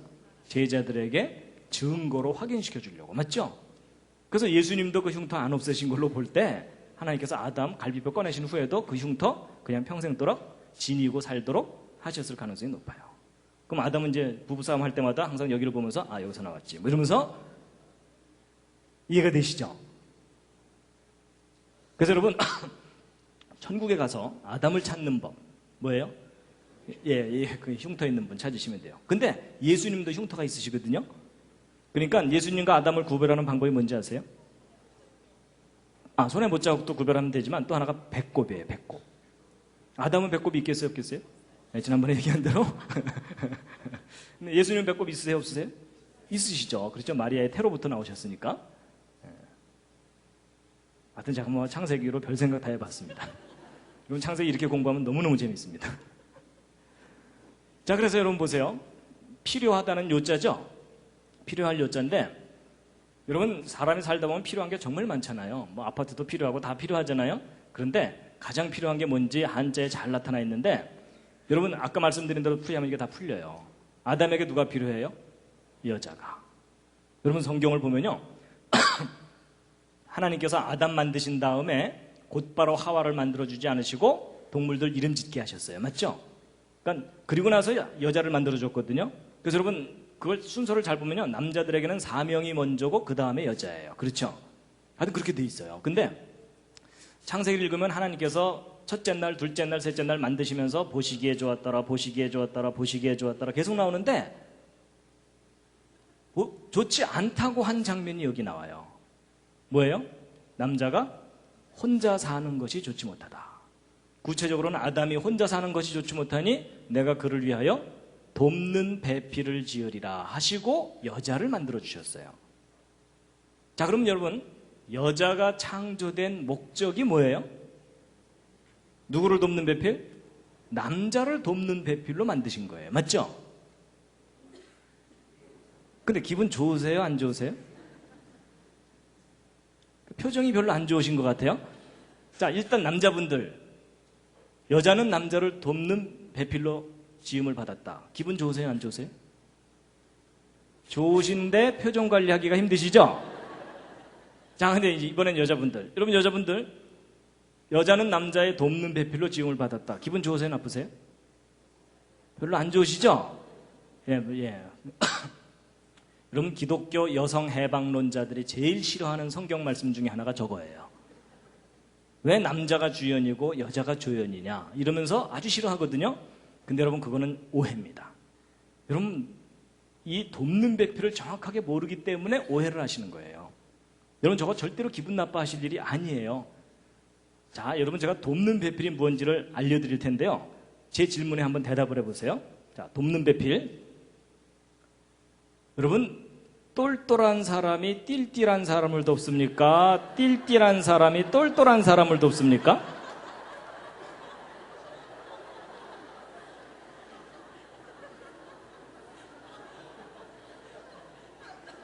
아니 웃지만 마시고 빨리 대답해 주세요. 여러분 똘똘한 사람이 띨띨한 사람을 도와요? 띨띨한 사람이 똘똘한 사람을 도와요? 예. 지금 수십 년 묵은 채증이 내려가시죠? 그럼 제가 지금 웃자고 하는 얘기가 아니고요. 이게 굉장히 중요한 원리입니다. 성숙한 사람이 미숙한 사람을 돕게 돼 있고요. 그렇죠? 지혜가 많은 사람이 지혜가 적은 사람을 돕게 돼 있고 그렇게 돼 있어요. 아니 여러분 근본적으로 여러분 창조자 하나님이 우리 인간을 도와주세요. 우리 인간이 하나님 도와드려요? 하나님 요즘 힘드시죠? 저희들이 좀 도와드릴까요? 뭐 이래요? 아니에요 여러분. 완전한 사람이 불완전한 사람을 돕는 게 돕는다는 개념의 정확한 정의예요. 여러분 띨띨한 사람이 도와주면 일이 더 안 되는 거 아시죠? 그리고 여러분 창조 순서도 보세요. 첫째 날, 둘째 날, 셋째 날 뒤로 갈수록 더 훌륭한 작품이 계속 나오죠. 제일 마지막 작품이 인간이에요. 그렇죠? 하나님의 창조물 중에 최고의 작품이거든요. 그렇죠? 근데 그 인간 중에서도 제일 마지막 작품이 뭐예요? 여자예요. 그러니까 여러분 여자가 만들어지기 전까지는 보시기에 좋지 못하다고 돼 있죠. 그렇죠? 그러니까 여러분 하나님의 그 위대한 창조 작업의 제일 마지막 작품이 여자인 거예요. 그러니까 창조의 피날레입니다. 자부심을 가지시기 바랍니다. 맞죠? 예. 그러니까 여러분 결혼의 정의가 뭐예요? 똘똘한 여자가 띨띨한 남자를 만나서 열심히 도와주는 거예요. 근데 여러분 여기에도 중요한 의미가 있는 게 뭐냐면요. 여러분 하나님이 인간을 만드셨을 때 중요한 원리를 두신 게 뭐냐면 남을 도울 때 보람과 자기 존재의 의미와 기쁨을 느끼면서 살도록 만드셨어요. 맞죠? 여러분 혼자 잘 먹고 잘 살자고 하는 사람들 잘 먹고 잘 살 때는 좋아요. 근데 마지막에 삶이 허무해요. 근데 여러분 정말 자기 자신이 어렵지만 어려운 사람을 도와주는 사람은 절대로 낙담하지 않습니다. 맞죠? 살아보시니까 그렇잖아요.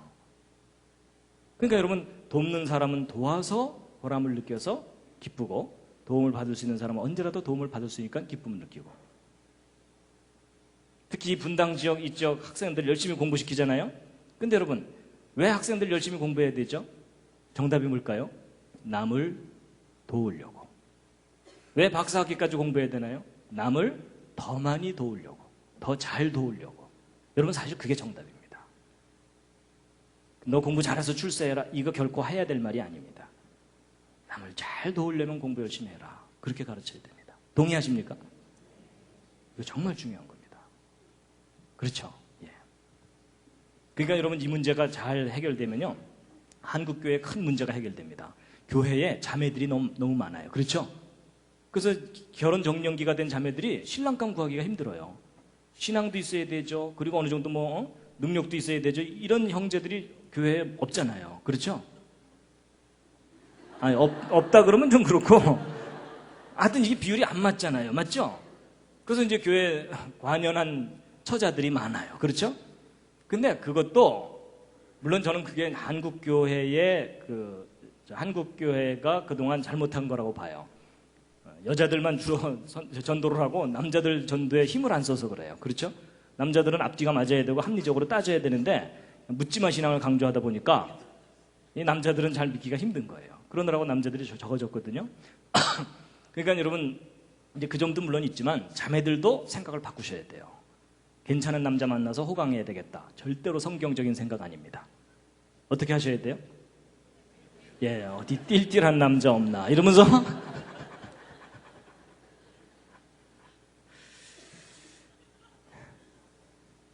잠시 기지개 한번 켜주겠습니다.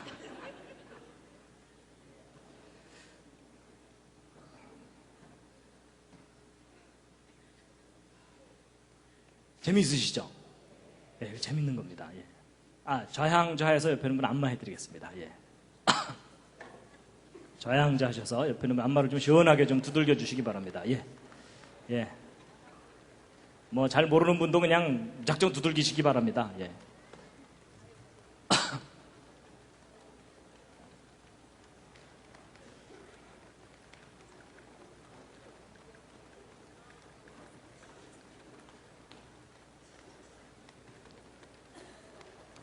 예, 반대로도 해주시고요. 예. 언제나 그렇듯이 옆에 있는 분이 오케이 할 때까지입니다.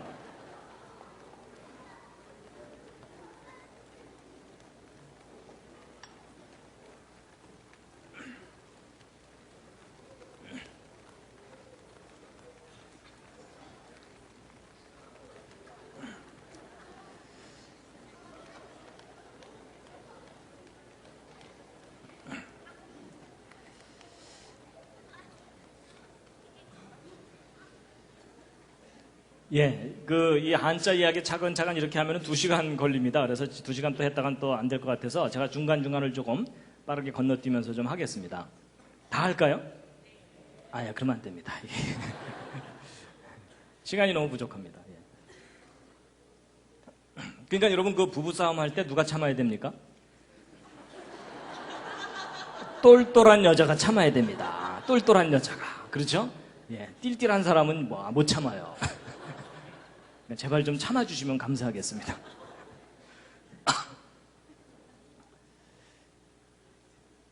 그래서 여러분 배필이 뭐냐? 여러분 아까 말씀드린 대로 하면 잘 풀려요. 여러분 아담으로부터 만들어낸 또 하나의 몸을 가지고 짝을 지어주신 거예요. 그렇죠? 그리고 짝필자도 보시면요. 가둘해자의 어진 사람 인자입니다. 여러분 이게 가둘해자가 무슨 뜻이냐면 하와가 원래 아담의 갈비뼈로 있었잖아요. 그렇죠? 그러니까 숨겨져 있던, 가두어져 있던 존재를 꺼내서 짝을 만드신 거예요. 근데 그렇게 해서 만든 사람이 어진 사람이거든요. 일반 사람 인자가 아니라 어진 사람 인자예요. 이게 영어로 얘기하면 머추어입니다. 머추어는 성숙한이란 뜻이에요. 머추어에 상대되는 말이 무슨 말이죠? 아마추어. 그렇죠? 그래서 아마추어는 미숙한 이런 뜻이고 머추어는 성숙한 이런 뜻이거든요. 그러니까 저 글자도 뜻이 있어요. 무슨 얘기냐면 하나님께서 아담의 갈비뼈로 하와를 만드실 때 어린 아기를 만드신 게 아니란 얘기입니다. 여러분 아담이 기절했다가 딱 일어나 봤더니 옆에서 아기가 울고 있더라. 이거 얼마나 한심하겠어요. 그렇죠? 언제 키워서 결혼해요. 그렇죠? 예. 그리고 또 몸은 성숙한 여인인데 바보더라. 이것도 심각하죠? 그게 아니라 몸도 성숙하고 정신도 지혜도 능력도 성숙한 여인으로 곧바로 만들어주신 거예요. 그래야 바로 돕는 배필이 되는 거죠. 그렇죠? 예. 그 다음에 이제 보세요. 여러분 이게 뼈 골자가 여자, 하와라 그랬죠? 그럼 이제 이 글자들이 다 풀립니다. 여러분 하나님이 금하신 그 두 나무에 여자가 다가가서 자꾸 물어보는 거예요. 누구한테? 뱀한테. 이건 뭐예요? 저건 뭐예요? 이런 거예요. 원래 누구한테 물어봐야 돼요? 하나님이나 아담하고 상의해야 되잖아요. 그렇죠? 그 다음에 여러분 이건 뭐냐면 하와가 에덴 동산의 나무, 무슨 나무겠어요? 과일나무. 이게 실과 가짜죠? 과일나무 중에서도 특별한 나무가 뭐예요? 선악을 알게 하는 나무에 다가간 거예요. 그래서 여러분 이게 무슨 뜻이냐면 비뚤어질 화자예요. 뭔가 잘못됐다는 뜻이에요. 그 다음에 요 밑에 있는 글자는 보세요. 하와가 원래 아담하고 함께 있어야 되는데 지금 누구하고 함께 있어요? 귀신하고 함께 있죠? 그래서 그 뜻이 뭐냐면 어리석을 괴짜입니다. 그래서 여러분 여자는 혼자 내버려두면 어리석어집니다. 그러니까 어떻게 해야 돼요? 띨띨한 남자가 항상 옆에 붙어 있어야 돼요.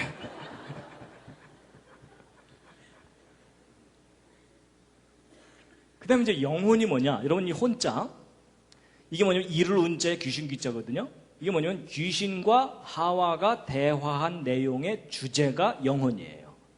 여러분 하나님께서는 반드시 죽는다고 하셨죠? 근데 하와는 헷갈려갖고 죽을까 하노라 이랬고 뱀은 아예 거짓말을 하면서 안 죽는다 이랬죠? 도대체 뭐가 죽는다는 얘기예요? 하나님이 인간에게 주신 영혼. 우리를 영원히 살리는 그 영혼이 죽느냐 사느냐 그 문제였어요. 맞죠? 그 다음에 이제 벌거벗을 낳자입니다. 여러분 이 벌거벗을 낳자 왼쪽에 요 글자가 오드이자고 오른쪽이 실과 가짜죠? 이 실과가 무슨 실과겠어요? 선악을 알게 하는 나무예요. 선악을 알게 하는 나무 때문에 옷을 해 입은 거예요. 왜냐하면 벗은 줄을 깨닫고. 그래서 아담과 하와가 무화과 나무 잎을 엮고 치마를 했다고 돼 있죠? 근데 이제 하나님께서 짠하고 나타나셔갖고 야 니네들 패션 좋다 계속 입어라 이러셨나요? 아니에요. 하나님께서 옷을 바꿔주셨어요. 무슨 옷으로 바꿔주셨죠? 그게 가죽옷을 지어 입히셨다고 돼 있어요. 아니 왜 그냥 무화과 잎을 엮어서 계속 입고 살면 되는데 왜 가죽옷을 지어 입히셨을까요? 근데 저게 중요한 뜻이 있습니다.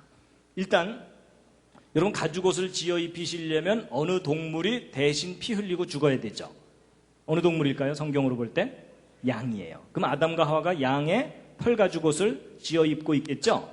근데 그걸 나타내는 글자가 모양형자예요. 이게 모양형자거든요. 여러분 이게 요 왼쪽에 있는 요 글자가 방패간자 2개 붙여놓은 거예요. 근데 이 방패간자라는 뜻도 있지만 무슨 뜻이 있냐면 죄를 범할 간자라는 뜻이 있어요. 그러니까 죄를 범한 아담과 하와에게 이게 털옥삼자죠. 털 가죽옷을 지어 입힌 모양 이런 뜻이에요. 그러면 왜 무화과나무 입으려고 치마라는 게 어때서 가죽옷을 바꿔주셨느냐 하는 건데, 여러분 이게 이제 상징적인 게 뭐냐면, 여러분 무화과나무 입으려고 치마를 하는 게 무슨 뜻이냐면, 인간이 자기의 잘못과 죄를 스스로 해결하려고 노력하는 거예요. 이게 모든 종교를 상징합니다. 그런데 그 방법으로는 너희들을 구원할 수 없다. 내 방법으로 구원해야 된다라고 하나님이 가르쳐 주신 게 뭐예요? 어느 동물이 누군가가 너희를 위해서 피를 흘리고 그 죄값을 치러야만 너희들의 죄가 해결되는 거다라고 가르쳐 주신 게 가죽옷입니다. 복음이죠. 그렇죠? 그래서 진짜 어린 양의 희생에 피를 흘리면 너희들의 죄가 해결된다는 거예요. 그래서 여러분 절대로 인간의 노력으로는 구원 못 받습니다. 그래서 하나님 저를 구원해 주십시오라고 하나님의 방법에 의지해야만 구원받습니다. 그게 이제 여기에 들어있는 겁니다.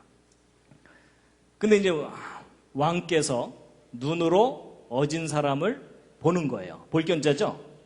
그리고 하나님께서 보시는 거예요. 그래서 나타나서 살펴보시는데 아담과 하와가 어디에 숨었어요? 동산 나무 사이에 숨었다고 돼 있죠? 그래서 여러분 이게 숨다, 비키다라는 타자인데 몸이 나무에 숨어 있는 것을 나타내고 있어요. 근데 여러분 하나님 나타나셨으니까 아담과 하와가 나무 뒤에서 나와야 되죠? 근데 여러분 아담과 하와가 나무 뒤에 숨어 있다가 하나님 앞으로 나오는 장면이 한자에 있어요. 그게 무슨 글자냐면 올레자예요. 잘 보세요. 나무 뒤에서 두 사람이 나오고 있잖아요. 잘 껴맞추죠? 그거 참 희한해요. 여러분 성경 창세기대로 한자를 풀면 술술술술 풀려요. 근데 이제 그 두 사람들이 나오자마자 그냥 하나님께 저희들이 죽을 죄를 지었사옵나이다 이러면은 좀 일이 잘 해결됐을 텐데 어떻게 하다가 망했어요? 제래요 이러다 망했죠? 그랬고 여러분 여기 보세요. 이제는 나무 목자가 아니라 큰 대자예요. 크신 분 앞에 두 사람이 나와서 말을 하는데 망령스럽게 말하다라는 겹자예요. 그 다음에 이제 요 밑에 있는 글자 이거 보세요. 슬픔, 아픔을 나타내는 초라는 글자거든요. 그 장기 둘 때 그 초나라 초자입니다. 근데 여러분 이게 원래 뜻은 슬픔, 아픔, 괴로움, 고통 이런 건데 이게 뭐냐면은 두 나무와 짝 필자로 돼 있어요. 여러분 이게 무슨 말이냐면 아담 입장에서 보면 에덴 동산의 그 두 나무와 자기 마누라만 함께 떠올리면 신경질이 나는 거예요. 그렇죠?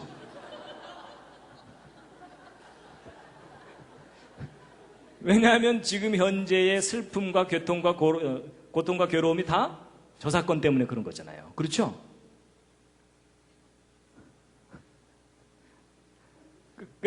그 다음에 여러분 보세요.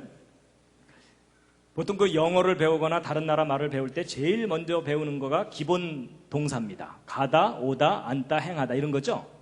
근데 이런 동사들을 보시면은 공통점이 뭐냐면 항상 두 사람이 함께 있어요. 그렇죠? 누구하고 누구를 소재로 만든 글자겠어요? 아담과 하와요. 그렇죠? 아담과 하와를 소재로. 자, 그 다음에 이제 죄입니다. 죄. 죄가 뭐냐? 한자에 참 잘 표현되어 있어요. 올가미 망자의 안일비자입니다. 저게 무슨 말이냐? 하나님이 하신 말씀을 아니라고 부정하는 올가미에 걸려들면 죄를 짓는 거예요. 하나님의 말씀을 아니라고 하는 것이. 자, 그래서 여러분 보세요. 여러분 사람을 죽이는 것이 왜 죄이죠? 왜 죄인가요? 정답은 하나님께서 살인하지 말라고 말씀하셨기 때문에 거기서 벗어났으니까 죄예요. 근데 여기서 기준은 죽이는 것 자체가 기준이 아닙니다. 하나님이 하신 말씀이 기준이에요. 자, 그러면 여러분 사람을 죽이지 않으면 죄가 되는 경우가 있는 거 아세요? 어떤 경우일까요? 이스라엘 민족이 이집트를 탈출해서 애굽을 탈출해서 가나안 땅 들어갈 때 하나님이 뭐라고 명령하셨죠? 예, 가나안 사람들을 어린아이라도 불쌍히 여기지 말고 다 죽여라 이렇게 돼 있어요. 그렇죠? 그때는 뭐가 죄이죠? 안 죽이는 게 죄예요. 그러니까 여러분 사람을 죽이는 것 자체가 절대적인 죄의 기준이 아니고 하나님의 말씀이 절대적인 기준이에요. 여러분 그 가나안 땅 들어갔을 때 왜 가나안 사람을 다 죽이라 그랬냐면 그때 가나안 사람을 죽이지 않으면 이스라엘 사람들까지도 다 오염이 돼갖고 전 인류가 다 죽어요. 그러니까 인류를 살리기 위해서는 그 가나안 사람들을 죽여야 돼요. 그래야 오염이 안 되거든요. 그리고 실제로 가나안 지역을 유적들을 발굴을 해보면 눈 뜨고 못 볼 정도로 아주 타락한 모습의 유물들이 나옵니다. 그래서 가나안 사람들을 진멸하라고 했던 이유가 아주 분명하다고 이 고고학자들이 얘기해요. 어쨌든 그렇습니다. 자, 그 다음에 이제 오늘의 이제 또 중요한 퀴즈를 하나 또 드립니다. 여러분, 아담과 하와가 선악과를 따먹고 죄를 지었잖아요. 그런데 정확하게 어느 순간이 죄를 지은 순간인지를 맞춰보세요. 자, 죄가 시작된 순간. 자, 보기는 드립니다. 자, 1번. 선악과를 탐냈을 때부터 죄다. 2번. 아니다. 선악과를 땄을 때부터 죄다. 3번. 아니다. 선악과를 먹었을 때부터 죄다. 4번. 아니다. 먹고 나서도 곧바로 잘못했다 그러면 될 텐데 죄래요. 이러면서 시침이 뗐을 때부터 죄다. 자, 이 넷 중에 옆에 있는 분과 또 상의해 보시기 바랍니다. 탐냈을 때, 땄을 때, 먹었을 때, 먹고 나서 시침이 뗐을 때.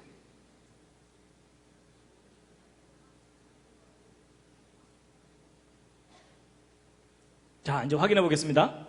뭐 틀려도 상관없습니다. 이제 서로 모르니까 우기셔도 됩니다. 자, 1번. 탐냈을 때부터 죄다. 그렇게 생각하시는 분. 자, 지금 손 드신 분들은 상당히 높은 도덕적 기준을 갖고 사시는 분들입니다. 가능한 한 그 기준을 자기에게만 적용해 주시고 자꾸 다른 사람들한테 적용하지 말아 주시기 바랍니다. 예. 자, 두 번째. 땄을 때부터 죄다. 딴 거는 다시 붙여놓을 수 없지 않느냐. 자, 이분들은 이제 행동을 중요시하는 분들이기 때문에 이분들 앞에서는 행동을 조심하시기 바랍니다. 자, 세 번째. 먹었을 때부터 죄다. 자, 지금 손 드신 분들은 어떤 분들이냐면 다 따놓고 먹지만 않으면 죄가 아니다. 이렇게 우기는 분들입니다. 아주 뻔뻔한 분들입니다. 그러니까 선악과 다 따놓고 깔고 앉아갖고 아직 안 먹었는데요. 뭐 이러면서 이제 그 얘기가 그 얘기잖아요. 그렇죠? 네 번째. 먹고 나서 시침이 뗐을 때부터 죄다. 자, 이분들은 상당히 너그러운 분들입니다. 밥 좀 많이 얻어먹으시기 바랍니다. 정답이 몇 번일까요? 정답은 제가 사실 힌트 드렸습니다. 정답은 3번입니다. 먹었을 때부터 죄입니다. 왜냐하면 여러분 아까 죄의 기준이 뭐라 그랬죠? 하나님이 하신 말씀이 기준이라 그랬죠? 그럼 여러분 이거 정말 중요한 건데 하나님이 뭐라고 말씀하셨는지를 아는 일이 제일 중요해요. 맞죠? 여러분 보통 사람들이요 성경은 자세히 안 읽어보고 자기 생각 갖고 기준을 정해요. 그건 절대로 성경적인 생각 아닙니다. 여러분 하나님이 뭐라고 말씀하셨을까요? 뭐라고 말씀하셨죠? 하나님의 말씀은 먹지 말라고 하셨어요. 맞죠? 여러분 성경 아무리 들어도 하나님께서 따지 말아라 없고요. 가까이 가지도 말아라 없습니다. 탐내지 말아라도 없어요. 먹지 말라고 돼 있어요. 그래서 먹은 순간부터 죄예요. 근데 한자 속에 그게 정확하게 나와 있다니까요. 여러분 이게 시작 같다는 시자죠? 이게 뭘 시작하는 거냐면요. 옛날 그림 글자가 더 리얼해요. 여자가 입 안에 뭔가를 먹었어요. 선악과를 먹은 순간이 죄의 시작이에요. 그래서 여러분 이 시작하다는 시자가 우리 인류의 죄의 시작을 나타내는 글자입니다. 저게. 여러분 예전에 한자 이렇게 배웠으면 얼마나 좋았겠어요. 성경도 배우고 한자도 배우고 스토리를 다 하니까 잊어먹을 수도 없고. 맞죠? 성경을 인정하면 풀려요. 성경을 인정하지 않으면 머리만 아프고 외워지진 않아요. 그래서 여러분 분명히 여자가 실과를 따먹고 죄를 지은 거예요. 근데 여자는 사고를 치면 꼭 남자를 끌고 들어갑니다. 그래서 여러분 여자가 또 손을 들어서 또 하나 잡았어요. 성경을 보면은 자기와 함께한 남편에게도 주매 그도 먹은지라. 그래서 남자도 함께 죄를 짓게 된 겁니다. 그래서 여러분 사건 한자 보세요. 이게 뭐냐면은 여자가 집에 있을 때는 평안했어요. 그렇죠? 이게 뭐냐면 하와가 에덴 동산에 있을 때는 평안했다는 뜻이에요. 근데 뭐 때문에 사건이 생겼어요? 나무 때문에.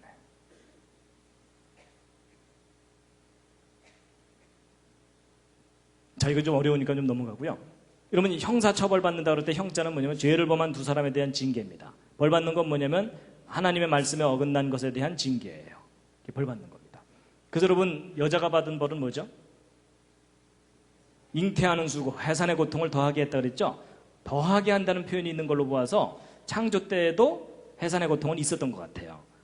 근데 그게 심하지는 않았던 건데 죄를 짓고 나서 극심해진 거라는 거죠. 그 다음에 이제 남자는 받은 벌이 뭐냐면은 내가 얼굴에 땀이 흘러야 먹을 것을 얻게 될 것이다 있죠. 그래서 여러분 이게 뭐예요? 땀 한자거든요. 죄를 범해서 흘리게 된 물, 이게 땀이에요. 죄를 좀 심하게 지으면은 식은땀이 흘러요. 그렇죠? 그래서 이제 남자는 에덴 동산에서 쫓겨나서 죽으라고 일해야 돼요. 근데 여러분, 아담과 하와 둘 중에 누가 더 죄가 클까요? 하와라고 보통 생각하시죠? 아니에요. 한자를 보면은 쌤쌤이다 이렇게 돼 있어요.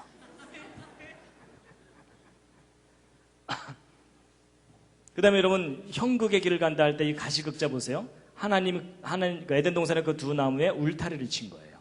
접근하지 못하게. 그리고 피곤하다, 곤란하다 그럴 때 곤자도 보면은 생명나무에다가 울타리를 치어서 사람들이 접근하지 못하게 하신 거예요. 그 다음에 무덤영자, 영화영자인데 이건 좀 약간 의역을 해야 되는데요. 여러분 뜻은 정반대죠. 죽음과 삶이죠. 그렇죠? 영광이죠. 근데 여러분 뜻 좀 의역을 하자면은 생명나무이신 예수 그리스도를 만나면 영광을 되찾게 되지만 그렇지 못하면은 흙으로 소멸되고 만다. 그런 게 풀이될 수 있는 글자인데 여러분 이 불화자 보세요. 이 불화자 보통 그 모닥불이 타는 모양을 나타내는 글자로 배우셨죠. 근데 이 불화 그러니까 한자를 성경적인 관점으로 연구하신 분들은 그게 아니라는 거예요. 이게 뭐냐면 아담과 하와의 몸에서 빛이 나는 것을 나타낸 거다라고 보고 있어요. 그래서 이제 여러분 이걸 이해하셔야 되는데요. 지금 현재 한자의 기원을 연구하는 일반 학자들은 설문해자라는 책에 근거해서 연구합니다. 근데 이 설문해자라는 책은 한자가 만들어질 때부터 있었던 책이 아니고 한자 만들어지고 나서도 한 2000년 후쯤 지난 후에 예수님 그때 그 근처쯤에서 중국의 도교 사상이 널리 퍼져 있을 때 만들어진 자전이에요. 그렇기 때문에 이런 성경적인 관점의 이야기를 다 잊어버리고 인간적인 인본주의적인 관점에서 그 한자의 기원을 설명해 놓은 책이기 때문에 지금 이렇게 설명드린 내용이 저 책에는 없어요. 그래서 여러분 이제 오늘 이야기 듣고 감명을 받고 나서 한자 연구하는 분들한테 가서 잘난 척했다가는 큰 코 다칩니다. 그분들이 어디서 이상한 소리 듣고 헛소리 한다고 혼을 냅니다. 그래서 여러분이 그걸 아셔야 돼요. 그분들은 저 책에 근거해서 한자를 주로 연구하기 때문에 이런 스토리를 몰라요. 그러다가 최근에 얼마 전부터 한자와 성경을 비교해 봤더니 너무나 닮은 게 많은 거예요. 그래갖고 하나하나 연구하다 보니까 지금 설명드린 이 내용들이 밝혀지게 된 거를 오늘 지금 설명드리는 겁니다. 이해가 되시죠? 예, 그거를 이해를 하셔야 됩니다. 그래서 이제 에덴 동산에서 쫓겨납니다. 이제 죄를 범해서 도망가는 거고 이거 이사하다 할 때 사자죠? 예, 이사 저도 참 많이 다녔습니다. 고생 많이 저희 부모님들이 고생을 많이 하셔갖고 이사를 많이 다녔는데 여러분 인류의 이사 가운데 가장 비참했던 이사가 뭘까요? 에덴 동산에서 쫓겨나는 거예요. 그렇죠? 그래서 여러분 보세요. 여기 두 사람이 이 그칠 지자거든요. 에덴 동산에서의 그 영광이 그친 거예요. 그치고 걸어서 옮겨가는 거예요. 쫓겨나는 거죠. 그리고 여러분 7, 7자가 들어가 있는 글자는 안식일과 관계된 글자일 거라고 보고 있습니다. 그래서 이제 재밌는 게 뭐냐면요. 여러분 이제 중국 왔다 갔다 하시는 분들은 아시지만요. 여러분 중국 사람들이 월화수목금토일을 자기들은 어떻게 표현하냐면 첫째 날, 둘째 날, 셋째 날, 넷째 날 이렇게 표현해요. 그래서 첫째 날, 둘째 날 이렇게 하거든요. 근데 일곱째 날 하면은 일곱째 날 이렇게 표현해야 되죠. 근데 중국 사람들 그렇게 표현 안 하고 어떻게 표현하는지 아세요? 싱치 티엔 하면서 하늘의 날이라고 표현해요. 일곱째 날은. 그리고 이 일곱째 날보다도 더 많이 쓰거나 또 자주 쓰는 말이 뭔지 아세요? 하늘의 날이라는 표현보다 더 많이 쓰는 것이 예배하는 날, 하늘에 예배드리는 날이라는 표현을 써요. 그러니까 일곱째 날은 하늘에 예배드리는 날이라고 오래전부터 알고 있었던 거예요.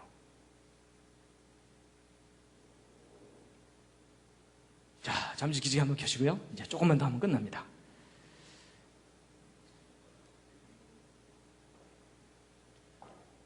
예, 다리도 한번 쭉 펴시고요. 예, 지금 몸이 많이 굳으셨습니다.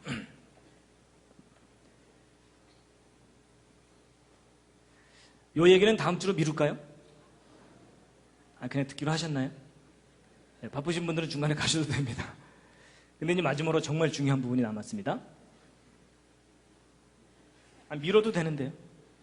그냥 한 김에, 예. 다음 주 공룡 얘기를 해야 되니까. 여러분, 한자 속에 예수 그리스도에 관한, 메시아에 관한 글자들이 있어요. 자, 그 실마리를 풀 수 있는 중요한 글자가 바로 이 제사제자입니다. 여러분, 한국에 기독교가 들어올 때 가장 심하게 부딪혔던 것이 제사 문제였어요. 맞죠? 그래서 맏며느리가 예배당 다니기 시작하면 하여튼 그 집안은 난리가 나는 겁니다. 그래서 많은 핍박을 받고 지금도 많고요. 그렇죠? 근데 여러분, 우리가 변질된 제사를 드리고 있었기 때문에 기독교와 제사가 충돌한 겁니다. 여러분, 우리가 변질되지 않은 원래의 제사를 정확하게 지키고 있었으면 기독교와 제사는 충돌할 일이 없었어요. 오히려 기독교야말로 제사의 종교예요. 여러분, 예수님이 이 땅에 오신 이유가 무엇 하시기 위해서요? 우리를 대신해서 제사 드리기 위해서 오셨던 거예요. 맞죠? 기독교가 오히려 제사의 종교예요. 그러면 이제 제사가 뭐냐? 그걸 정확하게 알아야 되겠죠? 근데 여러분, 이 제사 제자를 보시면요, 여러분 왼쪽에 올라가 있는 요 글자의 원형의 뜻이 뭐라고 보고 있냐면 살육자라고 보고 있습니다. 그리고 여러분 또우자라고 알려진 이 글자 있죠? 한자 자전 찾아보시면 용서란 뜻이 아주 분명하게 있는 글자입니다. 그리고 이게 아까 시자는 신, 하나님과 관계된 글자라 그랬죠? 그럼 여러분, 제사가 뭐냐면 희생의 제물을 가지고 하나님께 용서를 구하는 것, 이게 제사입니다. 여러분, 제사에 관한 가장 중요한 세 가지가 나타나 있어요. 제사의 방법, 제사의 목적, 제사의 대상. 근데 여러분, 우리가 지금 전통적으로 드렸던 제사는 여기서 다 벗어나 있어요. 맞죠? 여러분, 우리가 드렸던 제사에 희생제물이 있어요, 없어요? 없어요. 그리고 용서를 구한다는 개념이 있어요, 없어요? 없어요. 그리고 하나님께 드린다는 제사가 아니죠.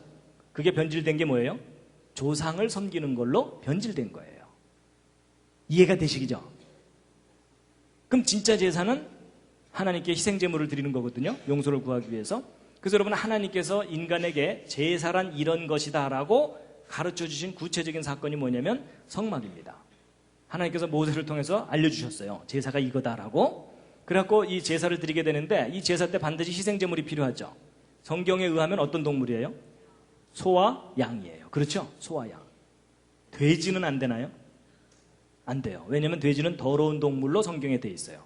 왜 더럽냐면 깨끗한 동물이 되려면 발굽이 갈라져야 되고 되새김질을 해야 돼요. 근데 돼지는 발굽은 갈라져 있는데 되새김질을 못해요. 그래서 돼지는 더러운 동물입니다. 아무리 샤워해도 안 돼요. 그 속성이 더럽다는 뜻이에요. 그래서 여러분, 소와 양으로 제사를 지냈거든요. 소와 양은 발굽도 갈라지고 되새김질도 하니까. 그래서 여러분, 성경에서 말하는 희생제물은 소와 양인데, 그럼 고대 동양 사람들도 제사를 지내고 희생제물이 있었다면 어떤 동물이 있었겠죠? 그 동물이 무엇인지 한자 속에 정확하게 나와 있어요.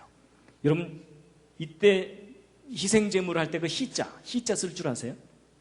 희자 좀 복잡합니다. 써보시면 이게 희자거든요. 잘 보시면 이 속에 동물이 두 마리가 들어있어요. 뭐하고 뭐죠? 소와 양이에요.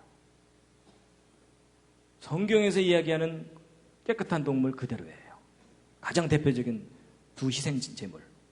근데 여기서 끝나는 게 아니라 그것도 흠없는 거. 빼어날 숫자. 가장 좋은 것을 창으로 죽여서 희생제물로 삼았던 거예요. 여러분, 고대 동양 사람들이 제사를 정확하게 알고 있었어요. 그 뜻까지도. 근데 중간에 까먹은 거예요. 그래서 여러분, 그 사건 할 때, 한 건, 두 건 할 때 뭐냐면 사람 하나당 소 한 마리죠. 사람의 죄를 소가 대신 갚아줄 수 있다, 그런 의미가 있어요. 그래서 이 소자에는 요 삐침 붙어 있죠. 이 생명이라 그랬죠, 아까. 그래서 사람의 생명을 대신할 수 있는 동물이라고 볼 수 있다는 겁니다. 그리고 이제 이 피혈자도 제사 때문에 생긴 글자입니다. 왜냐하면 여러분, 성경을 보면 육체의 생명은 피에 있다 그랬죠. 그러니까 생명이 곧 피죠. 피가 생명입니다. 근데 여러분, 희생제물을 드릴 때 양을 죽인 후에 그 피를 그릇에다가 담아요. 그럼 그릇에 피가 담겨 있는 거고 곧 생명이 담겨 있는 거죠. 그래서 여러분, 이 피혈자가 뭐냐면 그릇 명자의 생명별자입니다. 그릇에 생명이 담겨 있다, 그 뜻입니다. 제사 때문에 생긴 글자입니다. 자, 그런데 이제 제가 이제 북경에 갔을 때 이 천단공원 가봤거든요. 근데 제가 이 건물 안에 들어가 보고 놀랐어요. 들어가 봤더니 앞에 제단이 있고요. 이 열이 두 열이 쭉 있습니다. 그리고 칸이 이렇게 쫙 있어요. 근데 각 칸마다 양이 한 마리씩 들어가 있어요. 지금은 모형만 넣어놨어요. 그러니까 옛날 명나라 청나라 시절에 왕이 하늘에 제사 지낼 때 양으로 제사를 드렸다는 것이 아주 분명하게 남아 있습니다. 근데 이제 보세요. 히브리서 8장을 보면은 저희가 섬기는 것, 이게 뭐냐면요. 여러분, 사람이 지금은 이제 제사 제도가 거의 없어져 버렸지만 여러분, 옛날 우리 어른들은요, 태어나서부터 죽을 때까지 제사만 들이 다 끝났어요. 맞죠? 그러니까 사람들이 지극정성으로 섬기는 그 제사라는 것은 진짜가 아니라는 거예요. 진짜에 대한 모형일 뿐이라는 겁니다. 여러분, 아파트 지을 때 모델하우스 먼저 짓죠. 왜냐하면 진짜 아파트를 알아보라고. 맞죠? 그러니까 하나님이 우리에게 가르쳐주신 이런 제사, 또 인간의 이런 제사들은 다 모형과 그림자일 뿐이고, 진짜 제사가 있는데 그 진짜 제사가 뭐라고요? 바로 예수 그리스도를 통해서 우리의 죄를 대신해서 예수 그리스도가 피를 흘리고 죽는 것이 진짜 제사라는 거예요. 그걸 알아보라고 제사를 가르쳐 주신 거예요. 그런데 이제 여러분, 2000년 전에 예수님이 이 땅에 오셨을 때 예수님이 누구인지를 세상에 소개하는 역할을 맡았던 가장 큰 선지자가 있습니다. 그래서 예수님도 그 선지자를 뭐라고 표현했냐면 여자가 낳은 자 중에 이보다 더 큰 사람이 없다라고 말을 했던 선지자예요. 누구죠? 세례 요한입니다. 그럼 여러분, 세례 요한은 키가 2m 50 이상은 됐을까요? 가장 크다 그랬으니까. 근데 그 얘기가 아닙니다. 그게 정확하게 무슨 뜻이냐면, 여러분, 왕이 보좌에 앉아서 정치를 하잖아요. 그러면 정치할 때 그 신하들 중에 가장 높은 신하가 제일 가까이 있는 거 아시죠? 뒤에서 부채질하는 사람 말고. 그렇죠? 바로 그 얘기예요. 여러분, 역사상 수많은 선지자들이 예수님을 예언했거든요. 그리고 사실 세례 요한보다 더 뛰어난 업적을 가진 더 큰 선지자들이 많아요. 뭐 엘리야에 비하면 세례 요한은 피레미예요. 그렇죠? 그런데도 왜 예수님께서 세례 요한을 제일 큰 선지자라고 말씀하셨냐면 예수님에게 제일 가까이 있는 선지자이기 때문에 말씀하신 거예요. 그걸 뒤집어 얘기하면 뭐겠어요? 내가 메시아다라는 말을 하시는 거예요. 이해가 되시죠? 그럼 바로 그 예수님 바로 앞에 와갖고 이분이 우리를 구원해 주실 메시아입니다라는 역할을 맡은 것이 세례 요한이거든요. 근데 그 세례 요한이 정말 세상 사람들한테 예수님을 정확하게 소개를 했어요. 뭐라고 소개했는지 혹시 아세요? 그게 뭐냐면 요한복음 1장 29절에 나와 있습니다. 함께 읽으시겠습니다. 중요한 부분입니다. 시작. 이튿날 요한이 예수께서 자기에게 나오심을 보고 가로되 보라, 세상 죄를 지고 가는 하나님의 어린 양이로다. 이분이 우리의 죄를 위해서 대신 피를 흘리고 죽게 될 희생의 제물이다. 하나님이 보낸 어린 양이라는 거예요. 그럼 이분이 우리를 대신해서 피를 흘리고 죽으면 우리가 어떻게 된다는 겁니까? 죄인이었는데 의인이 된다는 거예요. 맞죠? 근데 여러분, 잘 보세요. 하나님의 어린 양이 나를 위해서 대신 죽으면 내가 어떻게 된다고요? 의로워진다는 거예요. 맞죠?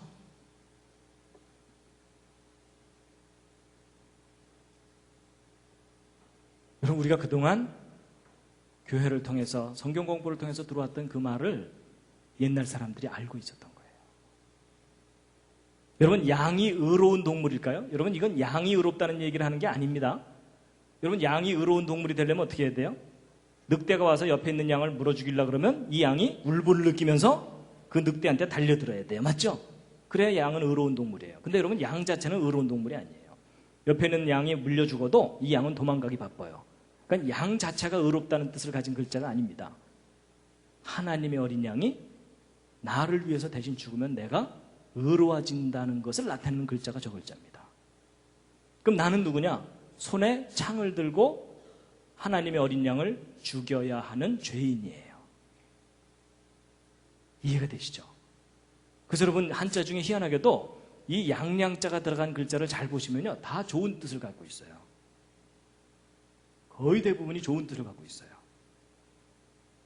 여러분, 양은 결코 아름다운 동물이 아니에요. 여러분, 양보다 훨씬 아름다운 동물들이 많아요. 맞죠?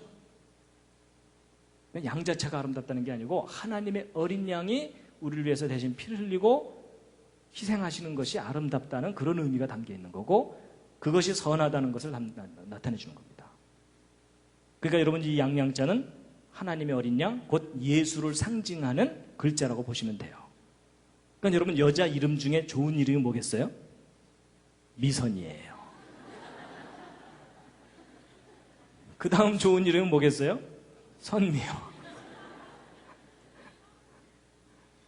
그래서 여러분, 우리가 그냥 무심코 무심코 저 양양자가 들어가 있는 글자들을 우리가 사용해 왔지만 그 속에 담겨있는 뜻은 예수였어요. 이해가 되시죠? 자기 이름에 양양자 들어가 있는 분 있으실 텐데요. 예, 기뻐하시기 바랍니다. 내 이름에 예수의 흔적을 가졌노라 이러셔도 돼요. 맞죠? 요즘 앞뒤 얘기가 다 그 얘기거든요.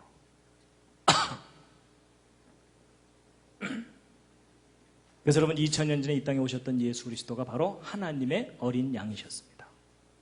저 사건으로 인해서 여러분과 저는 죄에서 풀려난 겁니다. 힘드시죠? 조금만 참으세요.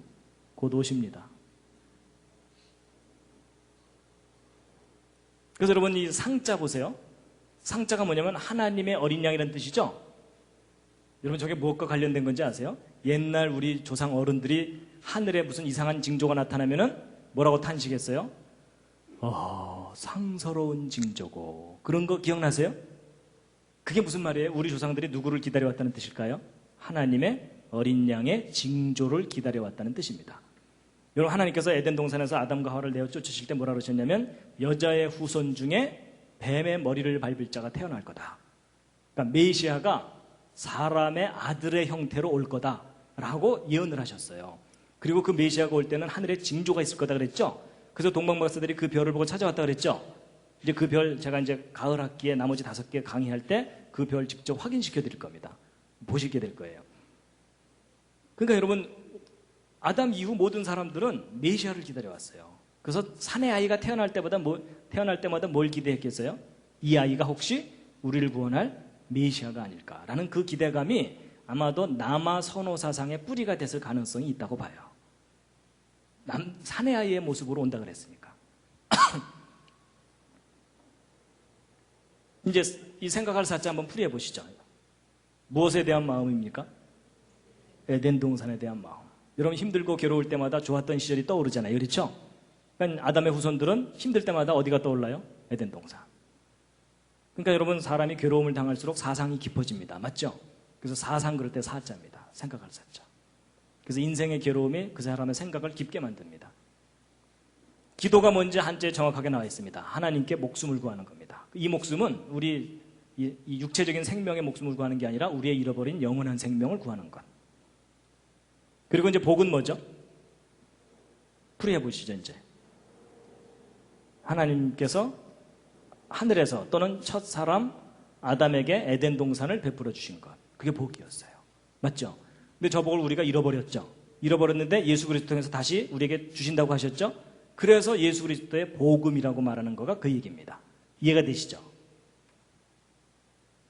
자, 이제 여기까지 한자를 쭉 설명드렸는데 그럴듯하셨습니까? 예, 근데 잘 인정이 안 되시는 분들은 뻥이지만 재밌다 이렇게 생각하셔도 되겠습니다.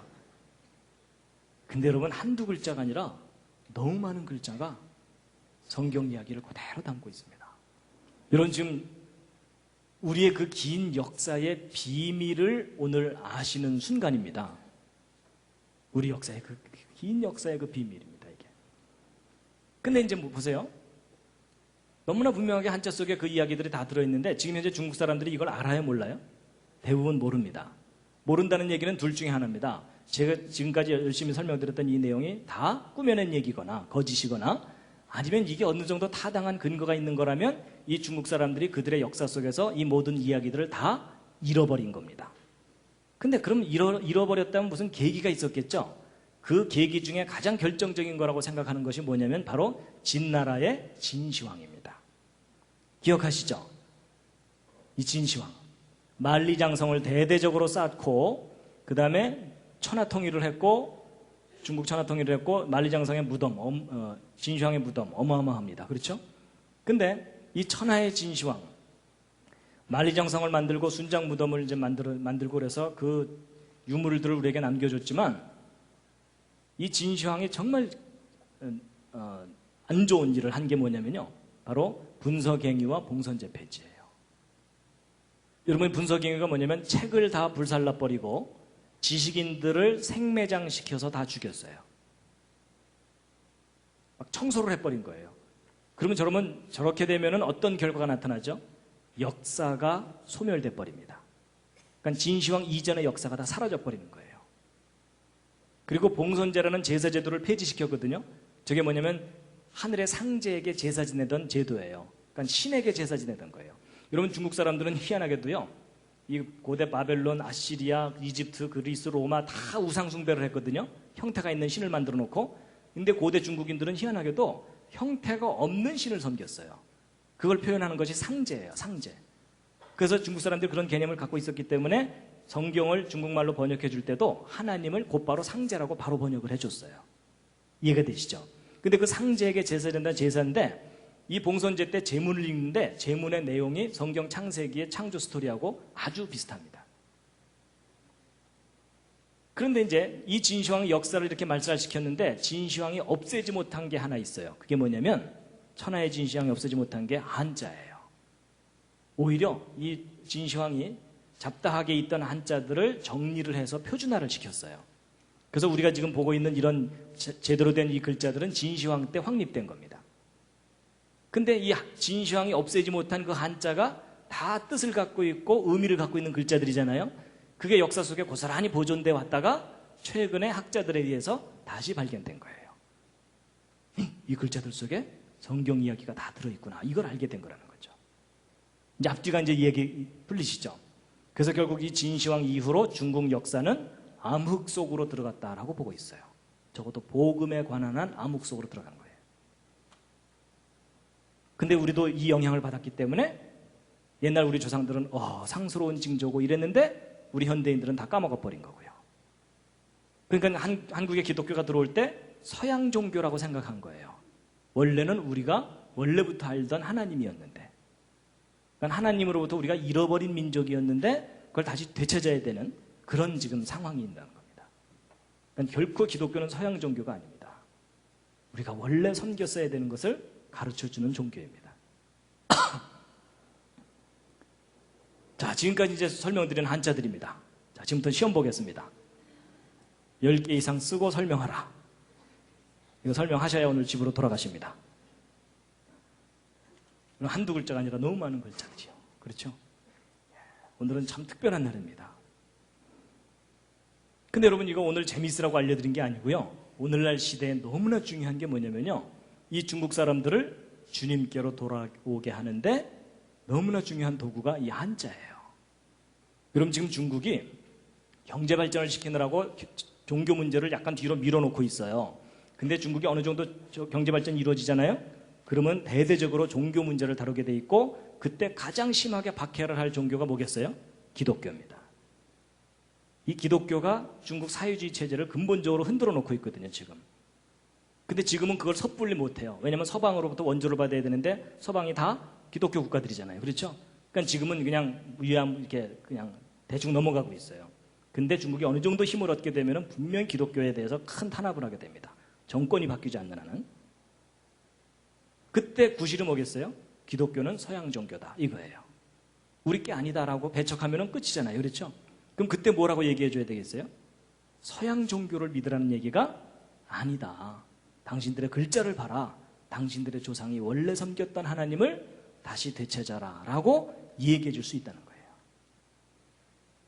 근데 제가 이제 저도 실제 기회가 있어서 중국에 가서 중국 대학생들이나 이렇게 기회가 있을 때마다 강의를 해보면 이 얘기해 주면 많이 놀랍니다.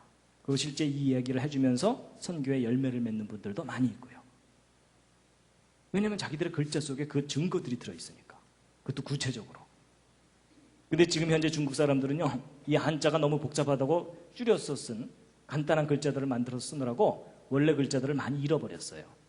근데 아직도 이제 이런 글자들은 그 형태들이 남아있기 때문에 얼마든지 지금도 설명해주면 이해를 합니다. 자, 오늘 창세기도 공부하고 한자도 배운 시간이었습니다. 도움이 되셨습니까? 예, 마지막 꽃다발입니다.